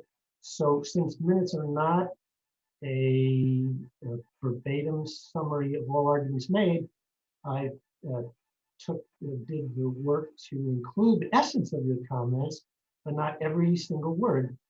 So if you want to make a motion to change them, you can do that. I'll be voting against it. And this might be one of those cases, which happens all the time, that we get minutes adopted, 10-2 or 11-1 or 7-6 or whatever you wish. I would make a motion then to amend the minutes, the passage that appears on a new business about the dialogue with the tax collector. And I have submitted to all members of the committee the passage that I would substitute for the passage that presently appears in the draft minutes. And I'll second that motion. Okay, discussion on the motion. Does everybody have that email? I just want to make sure we have that. Okay, discussion on the Raymer motion to amend on the minutes? So at the meeting with the tax collector, three things were transacted. One, she reported to us that there were 6 tax accounts which had already fallen unenforceable by the passage of time. And secondly, and that she had 7 more that were on the threshold. And she gave us the dates at which they would be becoming uncollectible. Secondly, a request was made of the tax collector that she come back to us and identify what the tax loss has been on the 6 accounts that were lost and what the tax loss would be on the 7. We're still pending that. We haven't received that from her yet, but I believe that's in the works. And then thirdly, we made a request for her that had 3 pieces to it. One, we asked that she work with the liaisons to develop a policy within her department about the handling of expiring accounts. I'll call them expiring accounts. Number 2, that a protocol be set up, that she come back to the audit committee of the BET to identify accounts that she chooses, that she's recommending not be enforced, that she should not be making that decision on her own, just one person, of waiving tax obligation of certain accounts. It should be handled in the same way that we write off bad debts, take it to the audit committee. And thirdly, that she should establish a specific protocol with the town attorney for the enforcement of those accounts that that the audit committee is not having her waive, meaning that she should not be leaving accounts fall uncollectible. We have another tax payment which is due this week, and come next Tuesday, Those two will become the ones that are more than 15 years old. I don't know which of the 7 she was identifying. I don't recall which of the 7 she's identifying will become uncollectible come Tuesday morning. But I did feel that the minutes, if we're going to have transparent government, it wasn't a question of my being aggressive with an elected official. It's a question of transparent government. She reported 6 accounts and 7 accounts. The minutes should reflect that.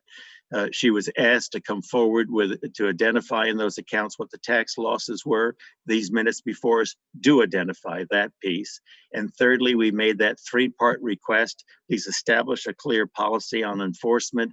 Please set up an arrangement with the audit committee to authorize which accounts you're not going to enforce, and please set up an arrangement with the town attorney for the ones that are being enforced. The minutes don't reflect that understanding, and yet that was requested of her at the meeting. I think all 3 pieces of that should be reflected in the minutes. These minutes reflect only one of the 3, and that's not transparent government. The minutes should be reflecting those pieces of it, and that was the change that I submitted that never made it into the minutes. So I don't see any hands up. So let me see if I can add something.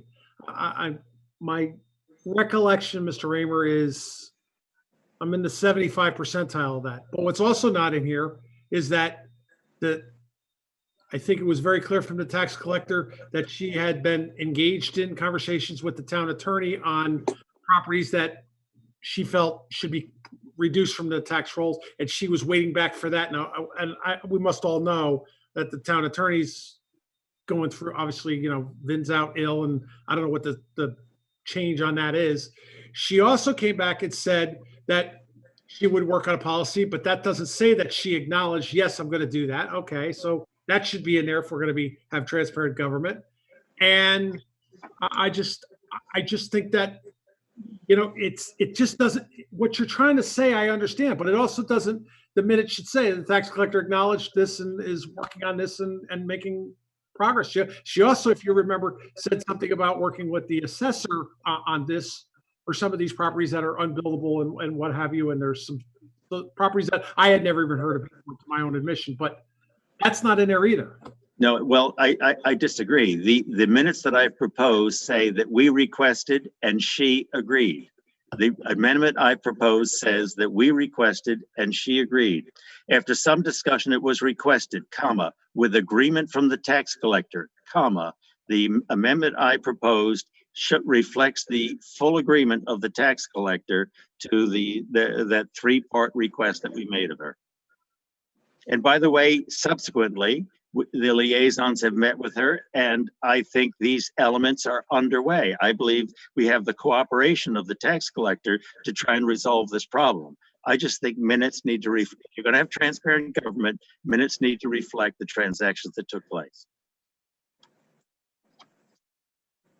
Ms. Vassilonis' hand is up. Yeah, I remember that we discussed her possibly going to the audit committee. I don't recall that she agreed to go to the audit committee. I think she was, my recollection, and we can always go back to the tape, but my recollection was that she said she was working with the town attorney and that she was arranging to have a meeting. But I don't recall the other part of it, and I'll have to go back and look at my notes as well.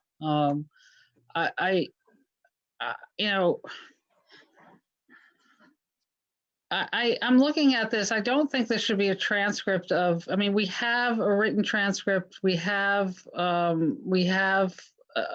video that's posted that will be there forever. If people really want to go and back and look and see what's going on, they can always do that.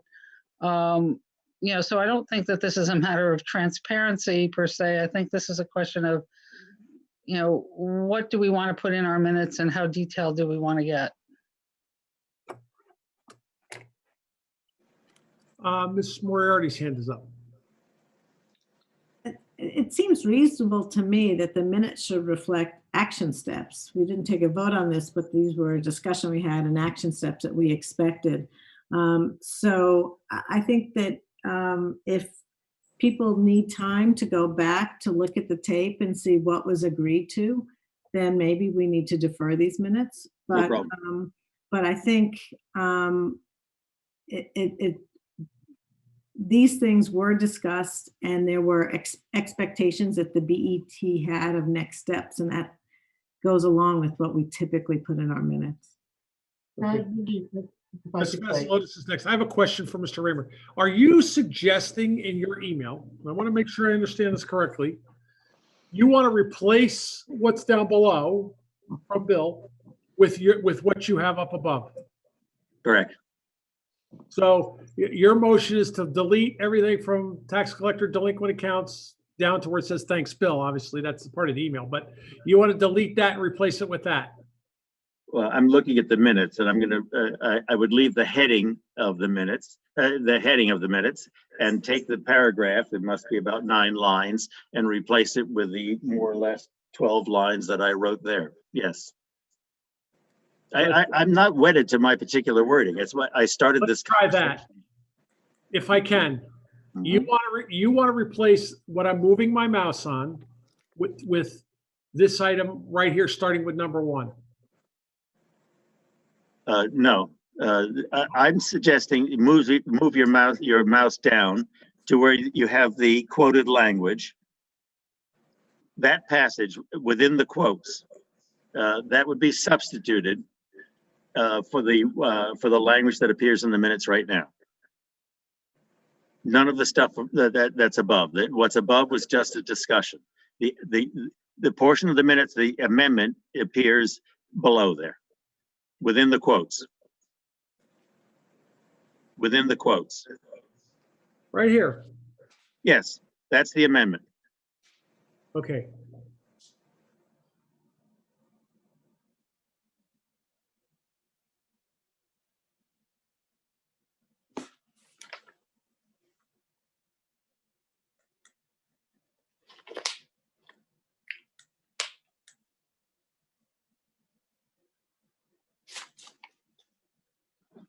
Again, she didn't.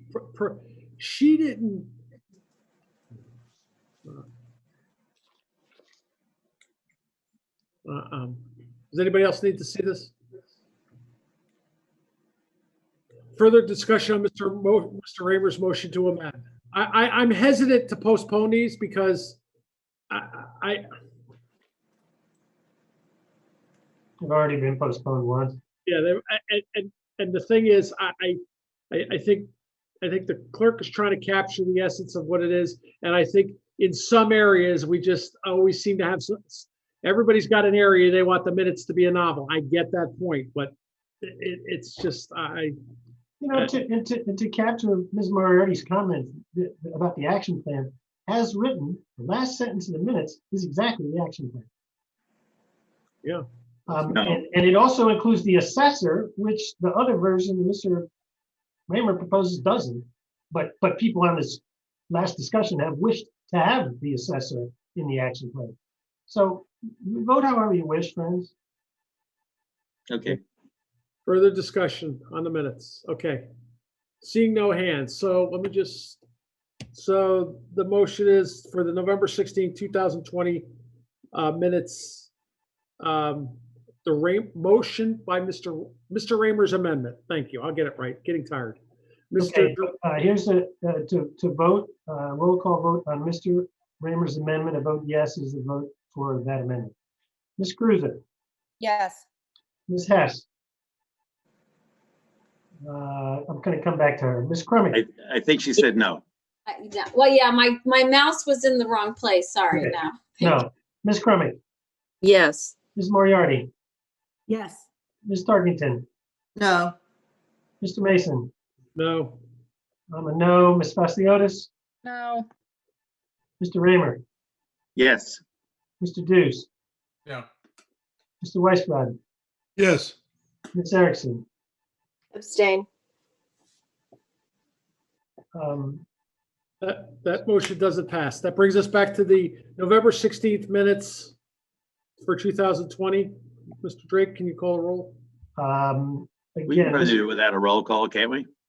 It's up to you. I'm just. That's all right. I'm not insisting on a roll call vote here. I think. Does anyone wish to be opposed or abstain on the 16th November minutes? Okay. Okay. Sounds unanimous. Okay. The Great. next set is help me. The next set is the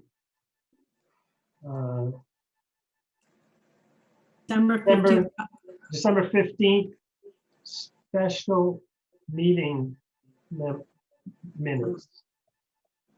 We're on the fire Which are as in the package. Discussion? Anyone wish to make Dis- abstain or opposed? Mr. Weisbrad's hand is up. So I confess that I have not read this with care.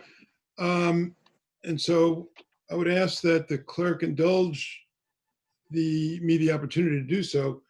I think generally these minutes are okay. I've been reading them again but there's one or two things that I may wish to offer. So therefore I submit that request. So you're asking for a motion to postpone these minutes till our next meeting. I am. Seconded. Seconded by Mr. Raymer. Discussion? All those in favor? Aye. Aye. Any opposed or any abstaining? Yeah, I'm opposed. Okay. And Bill, I will get you those comments in the next day or two. So this is the fire study Yeah, version. the fire. It's not going to be complicated. So, but I appreciate that. Much. Okay. Was it kind of everybody but me, or what was the vote? I think it's 11-1-0, if I'm reading the screen correctly. Okay. So those are postponed. And we also have the December 17th, isn't it the right date? December 17th minutes, the ones where Leslie Moriarty had changes that we wished to include, and with clerical boo-boo, they weren't, but then they were properly included at midday today. I'll second that motion. There's one Scribner's error that should be done. Top of page 6, a motion is duplicated. So the motion to move the discussion of the tax deferral program should be removed from the top of page 6. And there's no page numbers if they can add those in the future. Okay. And to look at that properly, I have to look at the version of noon. I have the package on my screen, but that's not what we're talking about. I have confidence that Ms. Moriarty's Scrivener's correction is proper. So The same motion's repeated on the bottom of page 5, so it just should be removed in the one place. all right, I may communicate with you to be sure that I capture what you're saying. Okay. With those corrections, do we need a roll call vote, or all in favor? Aye. Aye. Opposed? Abstaining? Thank you. Oh, we have a long week. Can I get a motion for adjournment? I move that we adjourn. I second. Thank you. Okay. Good night, everyone. Thank you very much. And you're going to see emails flowing. I'm working on things right now. So talk to you soon. Thank you, Mike. All right. Bye-bye. Thank you.